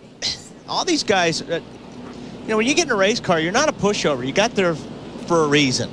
And if a guy's going to take you out or going to rough you up, you're going to get him back. I mean, that's what you're there for. You're not there to get run over. But Wally, one of these days, someone is going to be hurt, and racing as we know it is over when that happens. You're absolutely right, BP. But then somebody should have made a call. Do you want to be the guy that ruins racing forever? No. But somebody should have made a call on the first takeout over in turn 2. And penalized the 60 car for that. Exactly.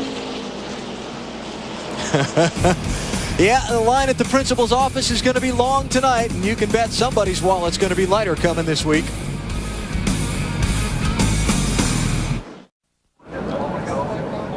Back in Richmond, Virginia, Greg Biffles walked out of the infield care center. First off, you're okay. What happened, Greg? Well, early in the race, the 43 picked the throttle up and got loose, and I was in the throttle already and got in the back of him and turned him around. You know, I felt really bad about it. Didn't mean to get in the back of him, obviously, and it was a bad deal. And then they told our crew that they're going to put their car back together and come out and wreck us, which they did, you know. So I guess he wanted to pay me back this race right away. So, you know, not everybody drives like that, but some people do, so it's all right. What took place when you went to the window?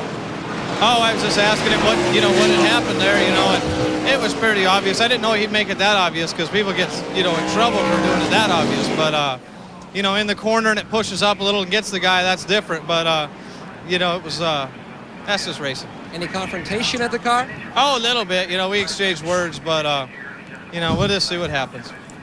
That's short track racing. Frustration seems to follow somebody. And tonight it's Greg Biffle. Yeah, there's last time I remember somebody taking a shot at another guy who was strapped in his car was Michael Waltrip on Lake Speed at the end of a Michigan Winston Cup race a number of years ago, and that cost Michael, I think at the time, about 10 grand. Inflation, you know, we'll see. And the onboard camera still works on top of the flatbed as this Granger Ford has been towed back to the transporter.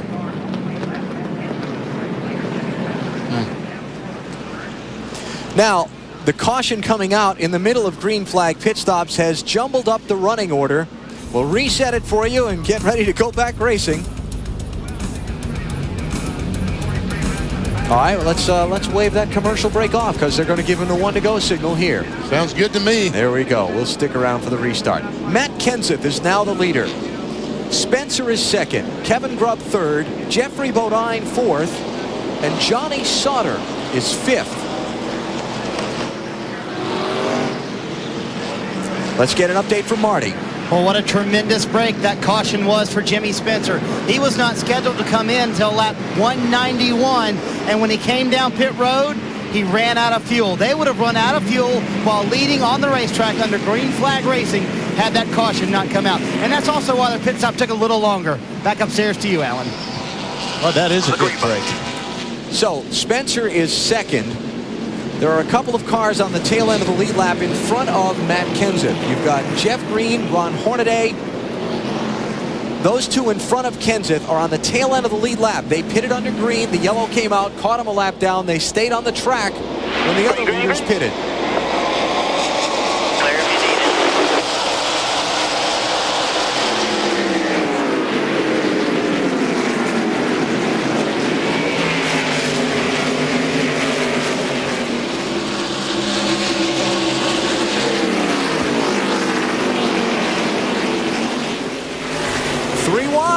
Oh, this is not going to work too good. Wisely, Kenseth backed off the gas just a little bit, enough to allow these guys to get their cars back in line. But here comes... Oh, trouble.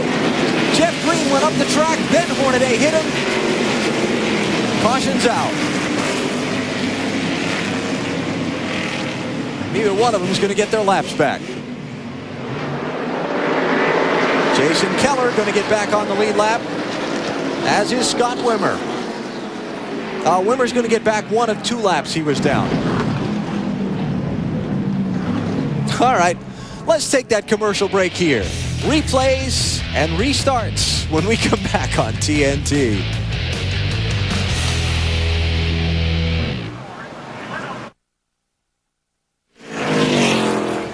Jeff Green has driven his car away from the accident scene, but it has got some pretty significant damage as we come back to Richmond on TNT. Let's go back and take a look at what's happened to put us under caution number 7. While it looks to me like that the 10 car is slow, look at all the sparks coming out from under the car. And he looked like he slowed, and Hornaday had nowhere to go except in the back of him. Yeah, it shot up the track for a reason. I don't know what that reason is. It's hard to tell with that angle. Green and Hornaday here running on the tail end of the lead lap in front of Matt Kenseth. Yeah, I mean, it almost looked like the car bottomed out or something. Yeah, I don't know exactly what happened, but as he slowed dramatically, Hornaday ran in the back of him. Shower of sparks out from behind the car when it wiggled and went up the racetrack. All the tires are up. Dave? And they've already been in one time, and they took a look, and they're coming in for a second time now.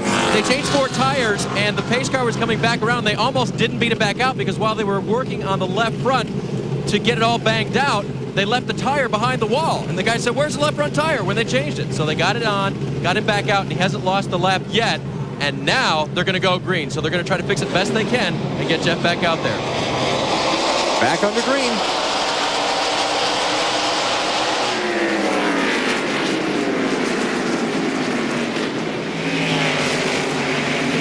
Just to backtrack a bit, after checking the photo finish camera at the start-finish line, Scott Wimmer was not allowed to get a lap back there. 23 car there. He is still 2 laps down in 23rd place. More trouble. Randy LaJoie.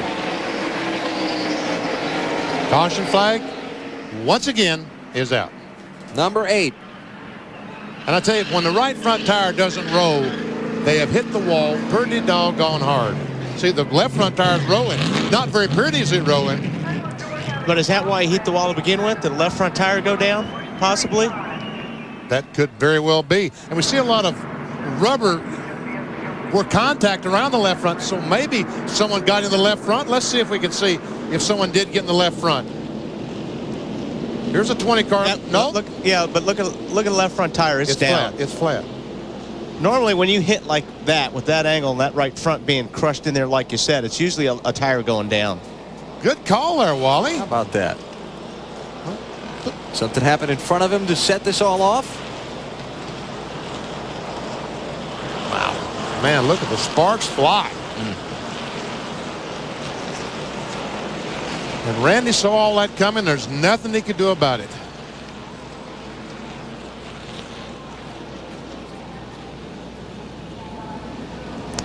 Set. Now, is that contact? Yeah, right there. There it is. There's where the That's tire what goes cut down. that tire down. Yep. Got pinched between Jimmy Johnson and Johnny Sauter.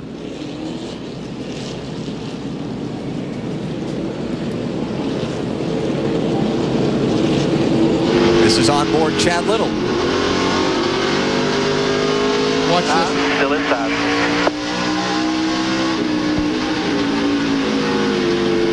Stay low if you need it.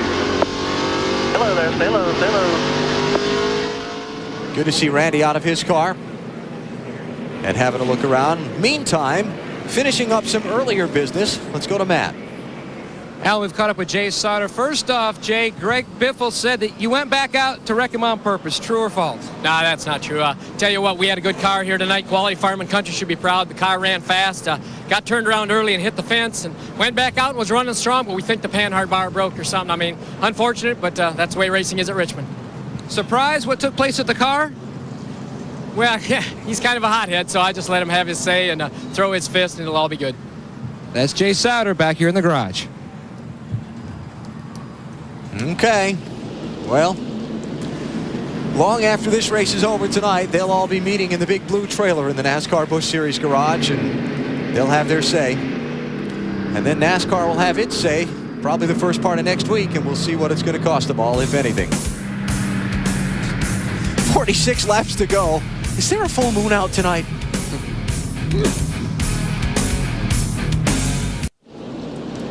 Back at Richmond, cleaning up the 8th caution.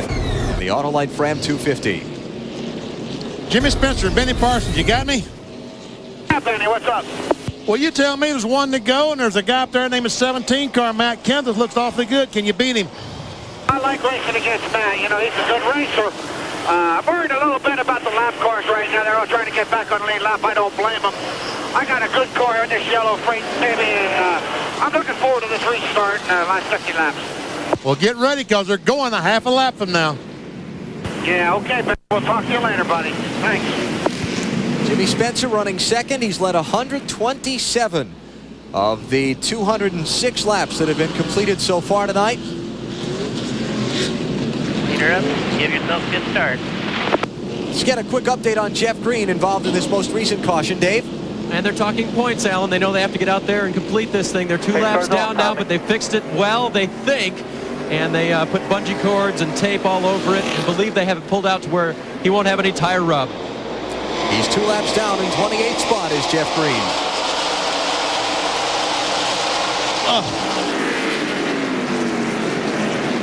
That's not what Jimmy was looking to happen on that restart. Matt got clear and Jimmy did not. Ron Hornaday in the 11 is trying to get back on the lead lap. He's in 13th place, the first car 1 lap down.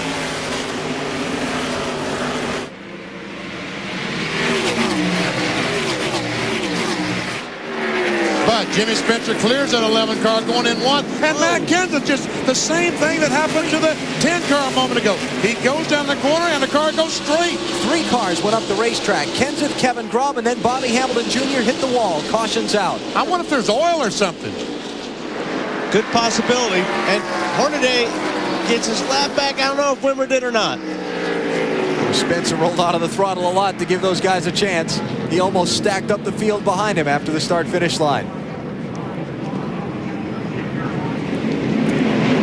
Well, that is yet another caution flag for us to sort out when we come back to Richmond on TNT.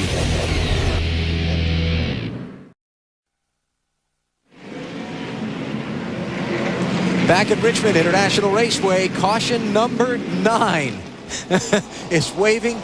It has been a crash and bang 'em night here in Richmond, and here is the most recent of the yellow fever. It's like there was oil or something down there. I don't know. They go in the corner. We had seen Matt Kenseth go up. No, Nemechek just gets loose, goes up the racetrack, the 59. But all that had happened up in front of them. That's why they were all slowing down, was because this had happened. Yeah, the first and third place cars, Matt Kenseth and Kevin Grubb, both shot up the racetrack when they went into the corner. Like there was oil or something on the track. Yeah, I had to go with, there must have been some kind of fluid on the track for 2 or 3 cars to shoot up the racetrack like that. There had to be something down there. Hamilton Jr. drove his car back onto pit road. They've got some damage. Dave? Alan, I was listening to Matt Kenseth radio into his crew right after the incident, and Matt said, you know, I might have locked up the rear tires. I drove it in just like I normally do, and it seems like the rear tires locked up. And Russ Strupp, his crew chief, radioed back and said there must have been something down there, Matt, because a lot of guys were getting in it, and I don't think necessarily that you locked them up. So they're trying to figure it out, and Matt says I just drove in there like normal. Let's go take a look at what happened to Matt Kenseth when he went off into that corner. Jimmy Spencer's on the inside. He goes down the corner. Watch this. I'm watching the 11 car. The car goes in the corner. He starts to turn, and up the racetrack he goes. I get those cars confused, 11 and 17. And behind him, Kevin Grubb, the third place car, did the exact same thing. Into the corner, up the racetrack. Napa Field summary. Big number down the bottom. 9 cautions for 57 laps. We've only got 12 cars left on the lead lap. Yeah, we went a long time without a yellow, it seemed, and now we can't go very long without one. We definitely have yellow fever. Cars out of the race. Lots. Ready. Lots. Ready. Lots. Green, green, green. Let's go back at it. Now Spencer leading Kenseth.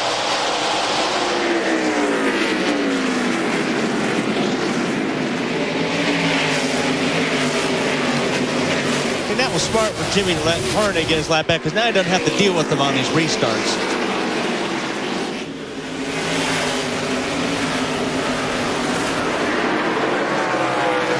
Although he may have to deal with him for lights over. He's back in 11th spot on the lead lap. We saw that list of cars out of the race. Randy LaJoy, the most recent retiree, and Liz Allison is with him. Randy, glad to see you get out of that car. You know, we've got to stop meeting like this. What happened? Early in the race, I spun out. I'm not sure if I had any help or not, but the crew did a great job to get the Kleenex car back into the top 5 or 6. Thought we were going to have a pretty good run. The car was getting better as the night went on. 33 car pushed the 21 car up the hill and got 3 wide. And somebody cut my left front tire and took the old car into the wall. Got the Hans device on, got a good seat.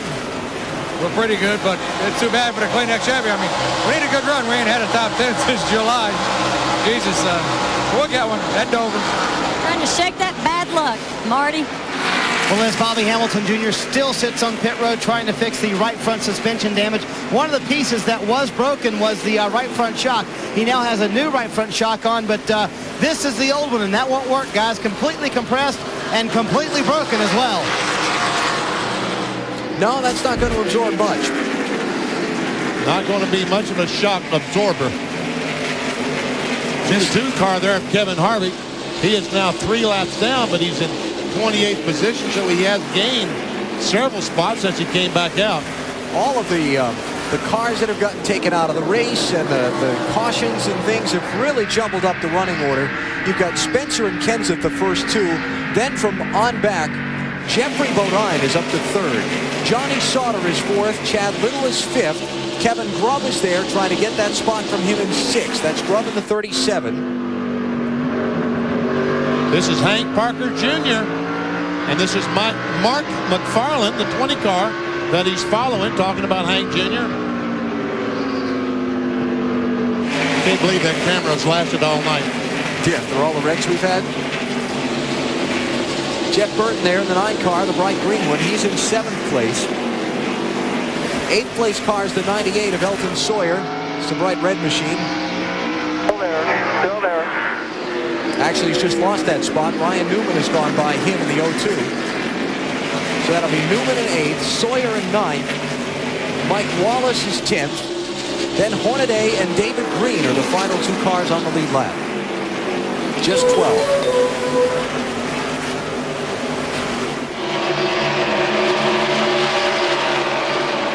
A lot of guys got trapped a lap down when they started to make green flag pit stops, and then a caution flag came out in the middle of them.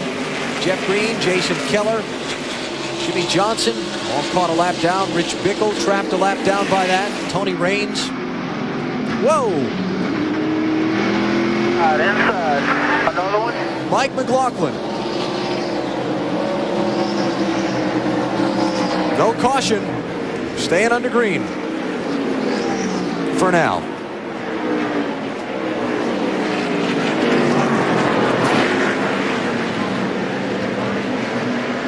Tough break for Mike, 6th in the championship. He was just 43 points out of 5th coming into the 9th. That's a battle for the 9th position between Mike Wallace, the 4, the 9 of Jeff Burton. Wallace takes it. Here comes the 57. 57 car is a lap down. Let's see if we can see what happened to McLaughlin. Looks like the 02 got in the back of the 9, shot the 9 up the track into the 18. Wrong place, wrong time for Mike.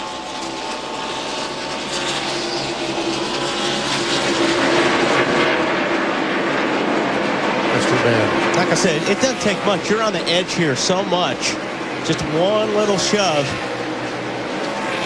and you're going to eat some concrete. Jimmy Spencer. He is going. Second up now on Matt Kenseth.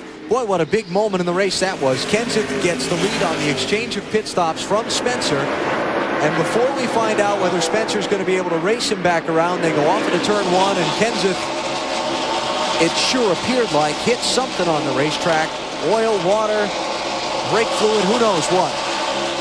Off the track, and Spencer goes into the lead. And right the last lap, Matt Kenseth was a little bit faster than Jimmy Spencer. Not much, but a tick. All these cars, 21, 74, 37, all battling for the 4th position. And the 02 car of Ryan Newman, he will join this battle in just a moment. He's certainly the faster of these cars. He's been coming up through the traffic in a pretty big hurry. He was on pit road getting the front fenders pulled away from his tires on that last caution. chugging up through there pretty good.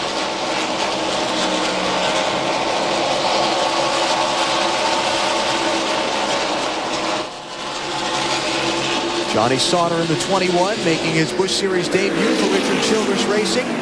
Here comes Newman.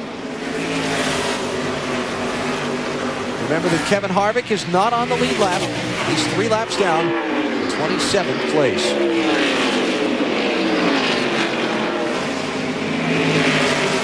Not with us earlier, one of the fittings on the back of the engine block, oil fittings, broke off on Harvick's car. I mean, all these cars have an oil pressure gauge, and there's a line runs from the engine back to the gauge. Well, that line cracked. It doesn't hurt it. There's nothing when you cap it off. It doesn't hurt the performance of the car, except when Harvick looks down at oil pressure gauge, it says 0. And that's because it's pumping the oil not to the gauge. Exactly. But down around the back of the motor. Matt Yoakum. Well, Alan, Mike Dillon is the spotter for Johnny Sauter, who's making his first of 5 appearances in this 21 car. He says the car just does not cut in the center of the corner like it did earlier when this set of tires was brand new. Dillon keeps cautioning him, be patient. We worked out a deal with the 33 of Tony Raines. If you get there, he will let you by. They've got a horseshoe down here in the 21 pit, hoping for a victory or at least a top 5, which would be a career day for Johnny Sauter. In the history of the NASCAR Busch Series, only 8 drivers have ever scored a 4th place finish or better in their first Busch Series race. And that name's got some pretty impressive, that list has some pretty impressive names on it. How about Neil Bonnet, Bill Elliott, Terry Labonte, Dick Trickle, Rusty Wallace. Ryan Newman trying to get on the inside of the 74 of little, almost contact, but they made it. And right now, the 30, they're still making contact as they come off too.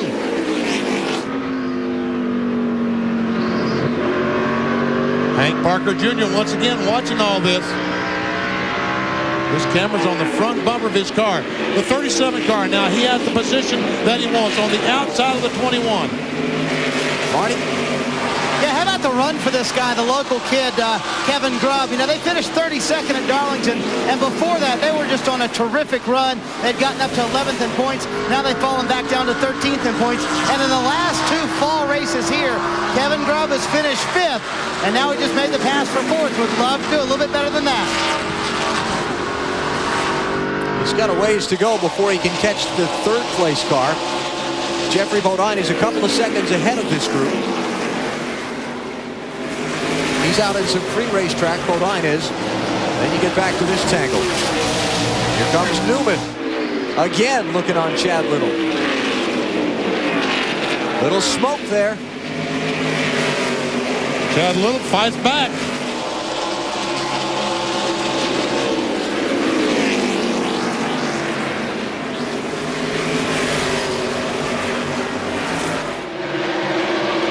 Chad's not going to give in. No, he sure isn't.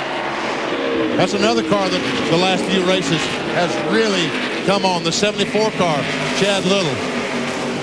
Yeah, I mentioned earlier, Benny, his last 2 short track races, finished 3rd at Indianapolis, 9th at Bristol.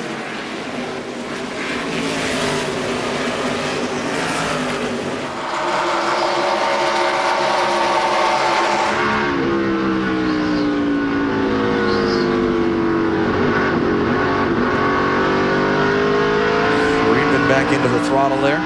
Doing your mirror, use the throttle. Looking to your inside.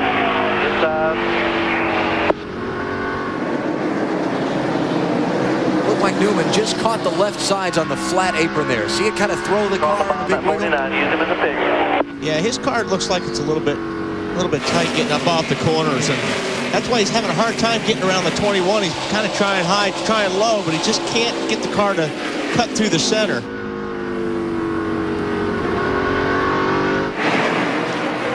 What a great ride for Jeffrey Bodine. Here's a guy trying to rebuild his career after that terrible, terrible accident down in Daytona a year ago February in the truck. Backed up into the NASCAR Busch Series this season. He got into this car about 1/3 of the way into the year. And 3rd place run, by far going to be his best result. And that was after a spin back here earlier in the race, correct? Yes. Real good run. look at how those rotors are glowing on that 02 car.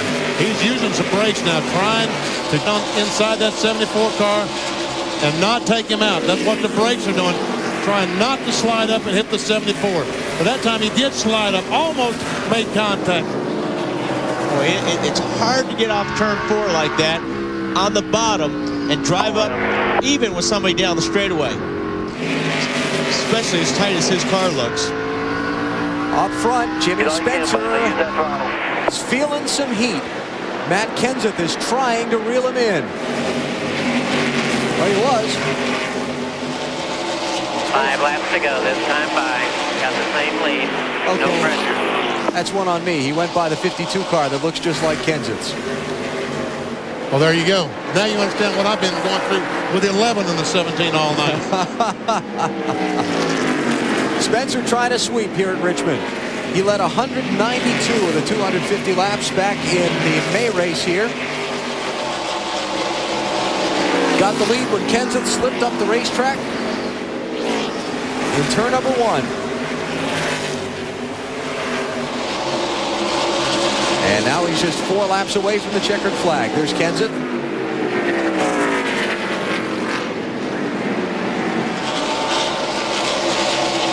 This will be Jimmy Spencer's 3rd win of the season if he can pull it off over these final laps. He won at Richmond here in May and Dover in June.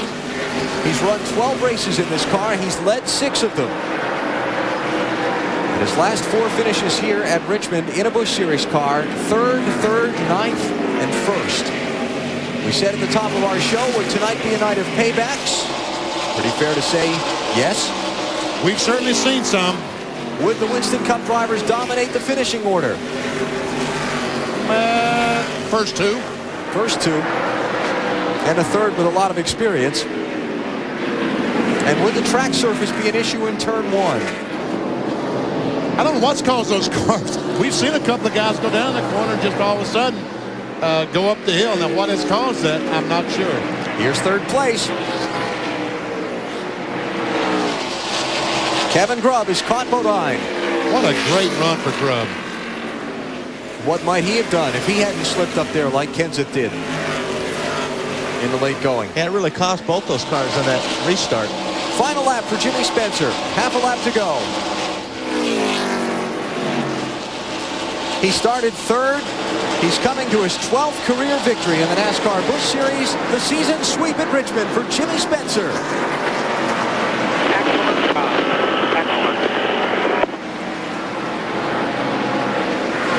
It's pretty calm words from the winner. Spencer wins it. Kenseth is 2nd. Grubb 3rd. Bodine 4th. Johnny Sauter came home top 5 run. And let's go to Liz Allison. Pat, this is great for y'all. I know you hate cameras, but this is so exciting. It is. I don't know what to say. I know you're proud of your husband and you got to get to Victory Lane, but I know y'all are real excited. You've got a lot of family here, don't you? Yeah, we're all here. And Jimmy's parents are here? Jimmy's mom and dad are both here. It's great. It's great. Take off to Victory Lane. Marty? Well, Johnny Allen is the crew chief on the car. Led 192 laps here in May, 169 tonight. I'm going to go out on a limb. I think he got this place figured out. Well, I mean, we got a real good car, and I mean, Jimmy's done an excellent job for us. I mean, he gets around this place real well. I mean, he gets around good in his Cup car, and I mean, he's just been a good deal added to our Yellow Freight racing team here. All right, the Yellow Freight team and Johnny Allen and Jimmy Spencer head to Victory Lane at Richmond. 2 times this year, Spencer came to Richmond in a NASCAR Busch Series car, qualified 3rd, and finished 1st. I'm starting to sound like Sylvester already. That's tomorrow night.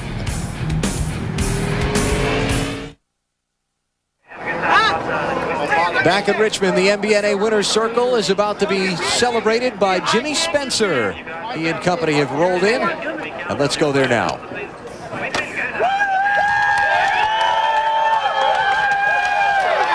A shower of product here for Jimmy Spencer. He came to Richmond. He saw it. He conquered. He wins twice.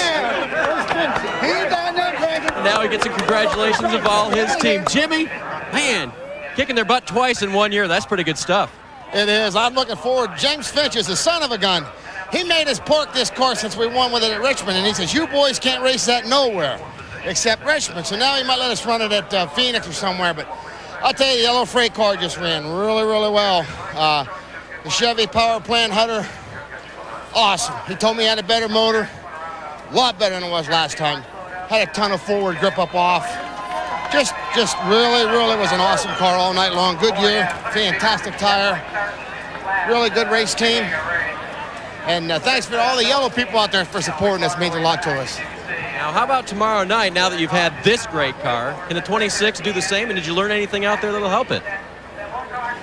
I'd like to race this car tomorrow and put the Kmart colors on it. Seriously, there's a lot of difference here. Like a short track, you save tires. This car saves tires because it's 100 pounds lighter, 100 less horsepower, and it runs just as fast as a Winter Cup car.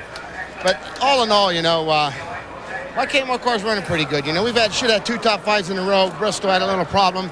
And last week at Darlington top 5, we had a little problem. But I just thank the good Lord. He's blessed us great this year. We're going to get in the top 10 in points in Winston Cup. We're going to win some more races with this yellow Chevrolet. To all those yellow freight people out there, keep supporting us. Thank God for a safe night. You had a lot of close encounters out there. In fact, one with Jeff Green when he was leading. Tell us about that. Well, I feel bad for Jeff. You know, I mean, I felt like I was better than Jeff, you know, and sort of feeling out what I had to do. And I thought we were both done. And here, evidently, his ignition box quit. I just thank the good Lord that we didn't get tangled up and both of us get taken out. And then Mike Wallace in the 4 car was just, I don't think he knew I was there. But I thought my whole night was over. And I just thank him for giving me enough room the next time. And everybody else, Matt Kenseth, you know, all of them, I knew that I was in good shape with Matt. I love the race against him. We had a heck of a race there at Bristol or Darlington. I think it was Darlington. He beat me last week, but I beat him this week. But just a good night on all. And thanks TNT. No, that's wrong. TNT for. That's right. Read it on my chest here. TNT. Whoa. Very nice. Go celebrate, Jimmy. He adds a Richmond victory to his Richmond and Dover victories and a good second place at Talladega earlier this year that we'll never forget. A big night for him. Let's go to Marty. Always interesting when Jimmy Spencer's in victory lane, and it looked like you were going to be in victory lane, Matt Kenseth. What happened in turn 1 down there? Well, first of all, we were never good enough to run with that one car. He was better than us the whole time, and my Visine guys did a really good job of getting me out of the pits first. So we had some good position, and they cut a patch in the track here while we were gone. And I think it's concrete or something. It's real slick, and if you hit it just wrong, you know, you'll slide sideways. And I just got in there kind of hot, and I don't know if the rear brakes kind of locked up when I got across it, and I just got sideways and kind of lost it there. So I was glad I held on to the car, but I think if we would have stayed in the lead, at least we could have gave Jimmy a little bit of a race. Yeah, that was one of our points before the race as to whether or not that patch would have an effect. So you say it did a little bit.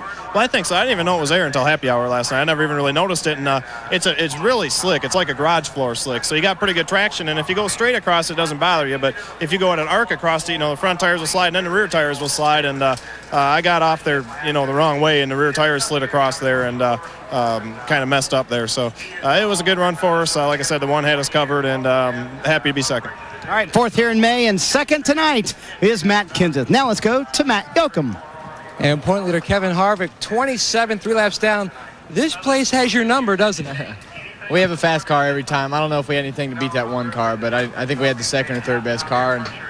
But that's all hindsight in 2020. So, you know, this AC Delco car hadn't had many problems this year, and we had a freak problem. The oil fitting that goes into the back of the block cracked tonight and was shooting oil everywhere. So if the rest of the boys didn't capitalize, we're okay, and we'll come back next week and try not to make any mistakes.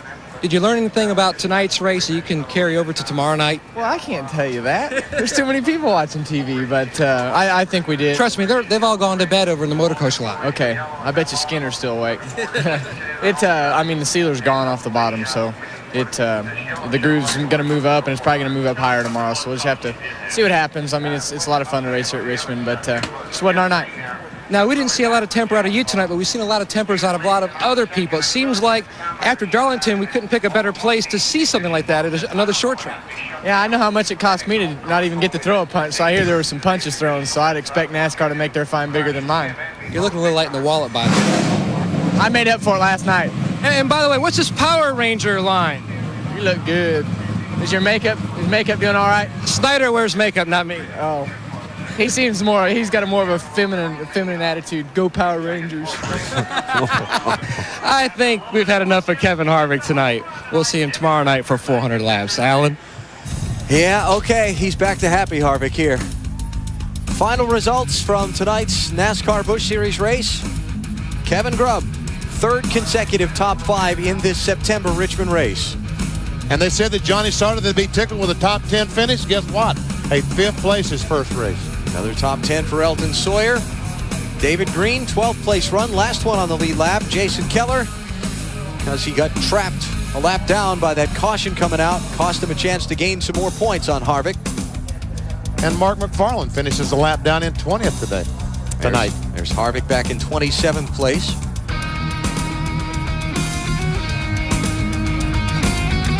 And here's where the people that got hurt. Greg Biffle, Randy LaJoy, Bobby Hamilton Jr., Jay Sauter, all these guys trying to get in the top 10 in the points or stay in the top 5 have trouble tonight.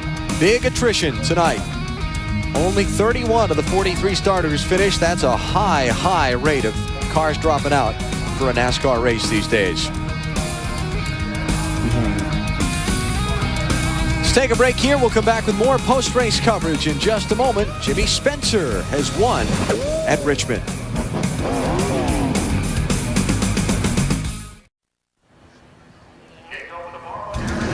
Tomorrow night here in Richmond, NASCAR on TNT brings you the race for the championship in the NASCAR Winston Cup Series.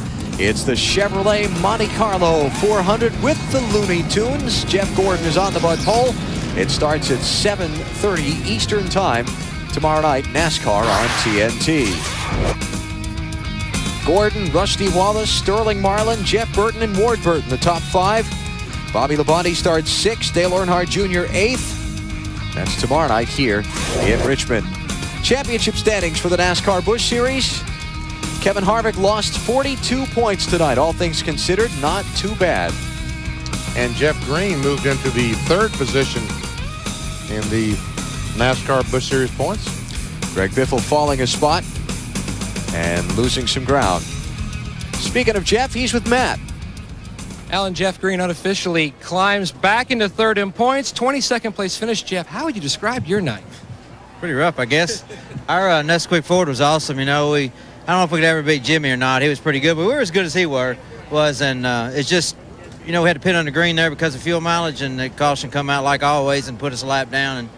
And Hornaday, I guess he wanted to drive through me. I don't know. He spun me out and tore my car up, but it's just, you know, it's short track, but you don't expect that from somebody with his caliber.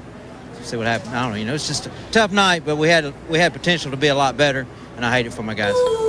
Typical short track race where you see a lot of tempers tonight. We actually saw someone throw a punch. It just seems like a typical short track deal. Yeah, you missed that one. It is a short track, but, you know, spinning somebody out, that's not called for. You can run 3 wide here. Why would you turn somebody around? He just, he needed a caution as bad as I did, and I was the guy in his way, and this way it goes. And tomorrow night, 400 more fun-filled laps here.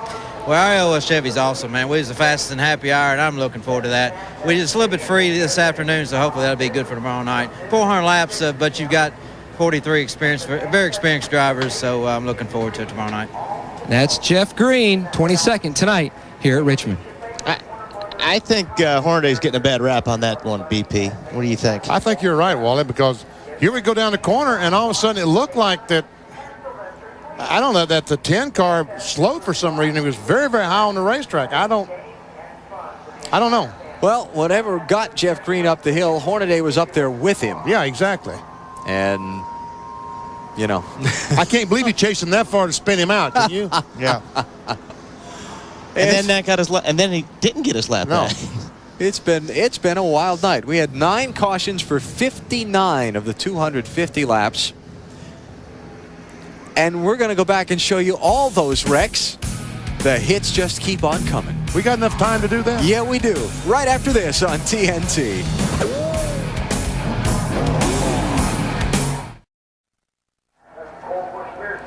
Fans filing out after the Autolite Fram 250, a race that featured 9 cautions for 59 laps and kind of rounded out the triple crown of slugfests after tempers flared in Bristol 2 weeks ago and then escalated to new heights at Darlington last weekend.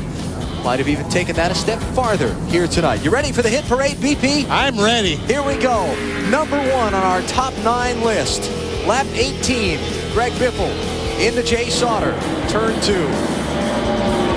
Some contact between the 59 of Rich Biffle, and this was a scary crash. The 28 car, Brad Baker, and 54 of Kelly Denton. That was at lap 53. That was Josh Richardson, lap 74, inside wall in the backstretch. He clobbered. Randy LaJoie spins off turn 4, comes across the racetrack, hits no one. Randy Tolsma, lap 105, got a little help into the outside wall. Ryan Newman losing a piece of his bumper. Here was the big one. Greg Biffle, Jay Sauter, Biffle goes over. Says hi. There we see the 11 car, Hornaday, get in the back of 10 of Jeff Green. Watch Randy LaJoie, cuts the left front tire down. He gets to the corner, he goes straight. And the final element of our hit parade, lap 210, Mike McLaughlin hits the wall. And somewhere through all of that, Jimmy Spencer managed to lead what was left of the field to the checkered flag.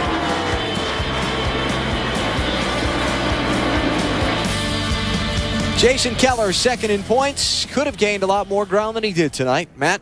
Oh, spotlight. And Jason, yeah, spotlight. It could have been a lot worse for you. Do you feel lucky to come out of here 13? Well, you know, lucky, but you always want more. I really felt like we were, around a 6th place car there, and got our car really good there at the end. But we were getting ready to run out of fuel. We didn't have much of a choice to come in, but to gain any points is good. But we can't worry about that. We're a little bit far behind, so we just need to keep doing what we're doing. And we're putting ourselves in position to be in top 5s and finishing top 5s, and that's what we have to do. So I'd like to tell Deb and the kids hi back home. My kids probably already asleep, but I'll be home in a couple hours. You were joking around that you were busy out there racing. You missed all the fun-filled action. Yeah, I mean, I guess I'll have to go home and watch the tape of this. I didn't know there was fighting and everything else. Friday night WWF, I guess. But, tempers flare on short tracks, and that's just the way it goes. But, we kept our nose clean tonight, and that's what we need to do the rest of the year. Jason Keller comes home 13th tonight. Marty? And Matt, Jeffrey Bodine comes home 4th tonight in a terrific run. You got the little hip style going in there with a backwards hat, and you probably feel a little rejuvenated right now, don't you? Yeah, I feel like those young guys out there. Got to look like them. But no, this field 66 team did a great job tonight. You guys got spun out off turn 2 there, a little mix-up, and we got turned around, put us to the rear, and boy, we had to pass a lot of cars. I had to fight from a long ways back to get 4th, and so my hat's off to them. Actually, my hat's backwards to them. But, this team's reorganized a little bit.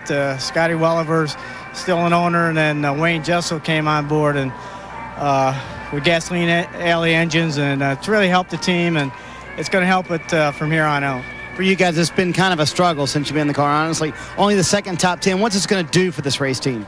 Well, it's only one race, and, our short track program is decent. We had a good run at Indy too, but we really got a lot of work to do on our big track program. Dover's next. We should run really well there. I love that track, and hopefully by the time we get to a big track, we'll be ready. Good to see Jeffrey Bodine running well again. Comes on with a nice 4th place finish tonight, and he turns a hat around to be a normal man. Alan? Yes, it was good to see Jeffrey have that top 5 finish. Celebration ongoing in Victory Lane at Richmond. Jimmy Spencer and company holding the winner's trophy. Sure seemed like a full moon kind of night here. Pretty close. 9 caution flags, a lot of tempers boiling here at Richmond tonight. And we've seen some things that will no doubt lead us to some further disciplinary action by the sanctioning body in the upcoming days. Now, before we get to talking about some of that more, a little bit ago, Marty spoke with tonight's 3rd place finisher, Kevin Grubb. Well, Kevin Grubb, you got to think, what if? I mean, you and the 59 got into a little trouble there. And first of all, what happened there? And if that wouldn't have happened, what could you have done tonight? Yeah, the 59 car, we've had a little trouble the past few weeks. And I just went out of my way to race him clean this weekend. I actually got into him once and backed off and let him have a position. But, just to show we could race clean. And now we're showing that we can do it. I'm sure we can do it every week. But, how about the Timberwolf car? It was running this week. We unloaded. It was fast in practice, and I guess it was me in qualifying. Had a fast car and up qualifying 17th. But we worked our way up through there, and the guys did a great job on pit stops. The Timberwolf team was really working hard to get the car out of the pits, and we seemed like we'd gain 5 or 6 spots and we lose 3, and it's kind of that all night. Whether they get caught behind a slow car or whatever. But you know, we knew once we got up there with the fast cars, we could run with them because we were fast in happy hour. And sure enough, we got up there, and I wish I could have been up there a little earlier because I think we were about as fast as anybody was. I'd like to battle with Matt and Jimmy and battle to the end. Always a good to do it in front of the hometown folks, too. Matt, Kevin Grubb, rather, finishes third tonight in a great run for the hometown guy. Yes, it was. Much needed, too, as Kevin and that team try to secure their 2002 plans. Now, let's go back to the wildness I was talking about, and this is the first of the what will be 2 most talked about incidents tonight.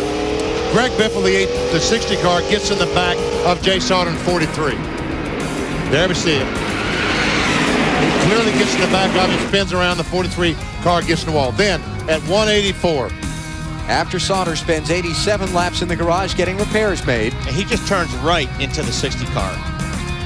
That's about as blatant as you can get. Jay comes off the corner, Biffle on the outside of him, turns right, and they make contact, and then the wall, both of them go. Watch, once again, there's a 60 car on the outside. Watch the 43. Man, that yellow line is very incriminating as a reference point, isn't it? Yes, it is. And here you'll see Biffle see if Jay's okay. and obviously Biffle was very angry. Comes over and boom! Throws a punch. Well, he certainly couldn't have hit him that hard because Sauter still had his helmet on.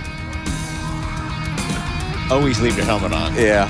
But let's talk about some of this. We got into a discussion briefly at the time, guys, about... Well, first of all, we led the very top of our broadcast talking about would paybacks be a factor this week after what we've seen the last couple of weeks. Obviously, they were.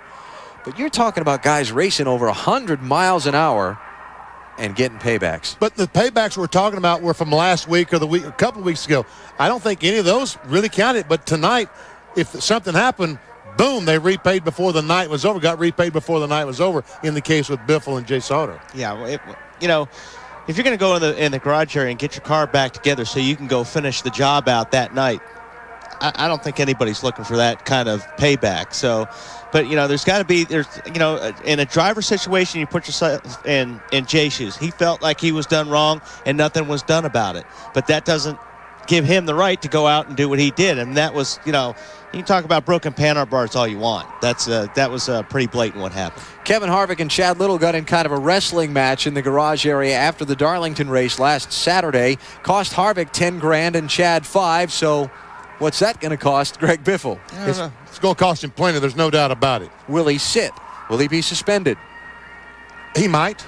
He might, because that is something that NASCAR has to take an awfully strong look at. And I wouldn't be surprised maybe if both those guys are not suspended for a few races. Because, I mean, folks, we cannot, I repeat, we cannot have this continue. You know, we can't go out. I mean, the guys, first of all, they have to drive and go out. If you make contact with somebody, that guy in front has to understand it. And you can't go back in the garage area, fix your car, come back and crash somebody. But again, they need to drive with a little more care to begin with so that doesn't happen. But we cannot have these paybacks. We can't have drivers going in and throwing a punch at another guy. We just can't have this. I'm sure that after what we saw at Bristol and again last week at Darlington, NASCAR felt like the fines they handed out this week to the 4 drivers was supposed to be a statement to say enough is enough. We're not going to do this way anymore. Obviously, it wasn't a strong enough statement. Those 4 drivers had no problem. But, you know, yeah, the statement was not strong enough to the other 39 drivers that this is going to happen to you. Yes, they're going to be fined. But money, I don't think, is the answer. I don't think that money is going to be the answer, because we've seen guys find $50,000 on the NASCAR Winston Cup side. I think these guys need to sit a couple of races, and I think they might learn their lesson if they do that. I agree. The money thing doesn't really affect these guys. Sitting home and watching the race from TV, that'll make you think twice. So we'll find out. And usually the way these things work, it'll be Monday, Tuesday at the earliest before we find out for sure what kind of disciplinary action NASCAR will take against Biffle or Sauter.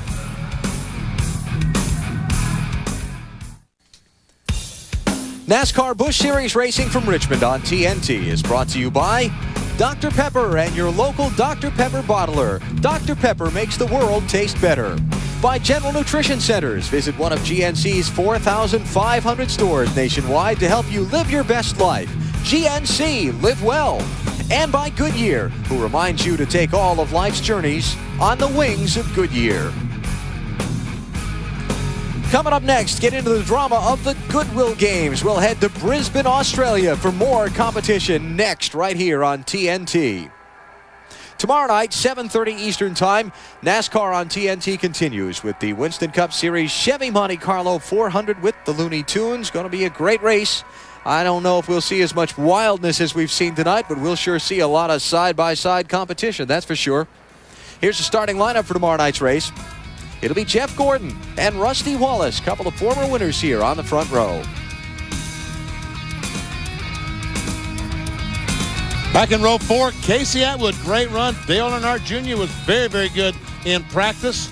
Todd Bodine back in the inside of row 6. Dale Jarrett going to come from row 8. And there's the guy on the inside of row 9, the 30 car, Jeff Green. In happy hour, looked to be by far the best car. Kevin Harvick going to start from row number 11. Robert Presley coming back from that crash at Darlington last week. Kenny Wallace still continues in the 1 car. They announced today that Steve Park would probably be out for a minimum of 4 to 6 weeks. Matt Kenseth from row 19, and you look at some of those who got in on provisional starting spots. Kevin LePage to round out the 43 car field. That's at 7:30 Eastern Time tomorrow night here on TNT. What a wild night this was for the NASCAR Busch Series. Hits, paybacks, little fire and some sparks to keep the night on edge as well. Just hard-nosed racing all the way through the field, sometimes stepping over the edge. It'll be interesting to see what the retributions are from the sanctioning body, from the referees during the week this week. In the end, Jimmy Spencer joined Harry Gant and Mark Martin in pulling off the Richmond sweep. He won in May. He won again tonight. For Benny, Wally, and our entire NASCAR on TNT crew, Alan Bestwick, thanks for watching. See you tomorrow night.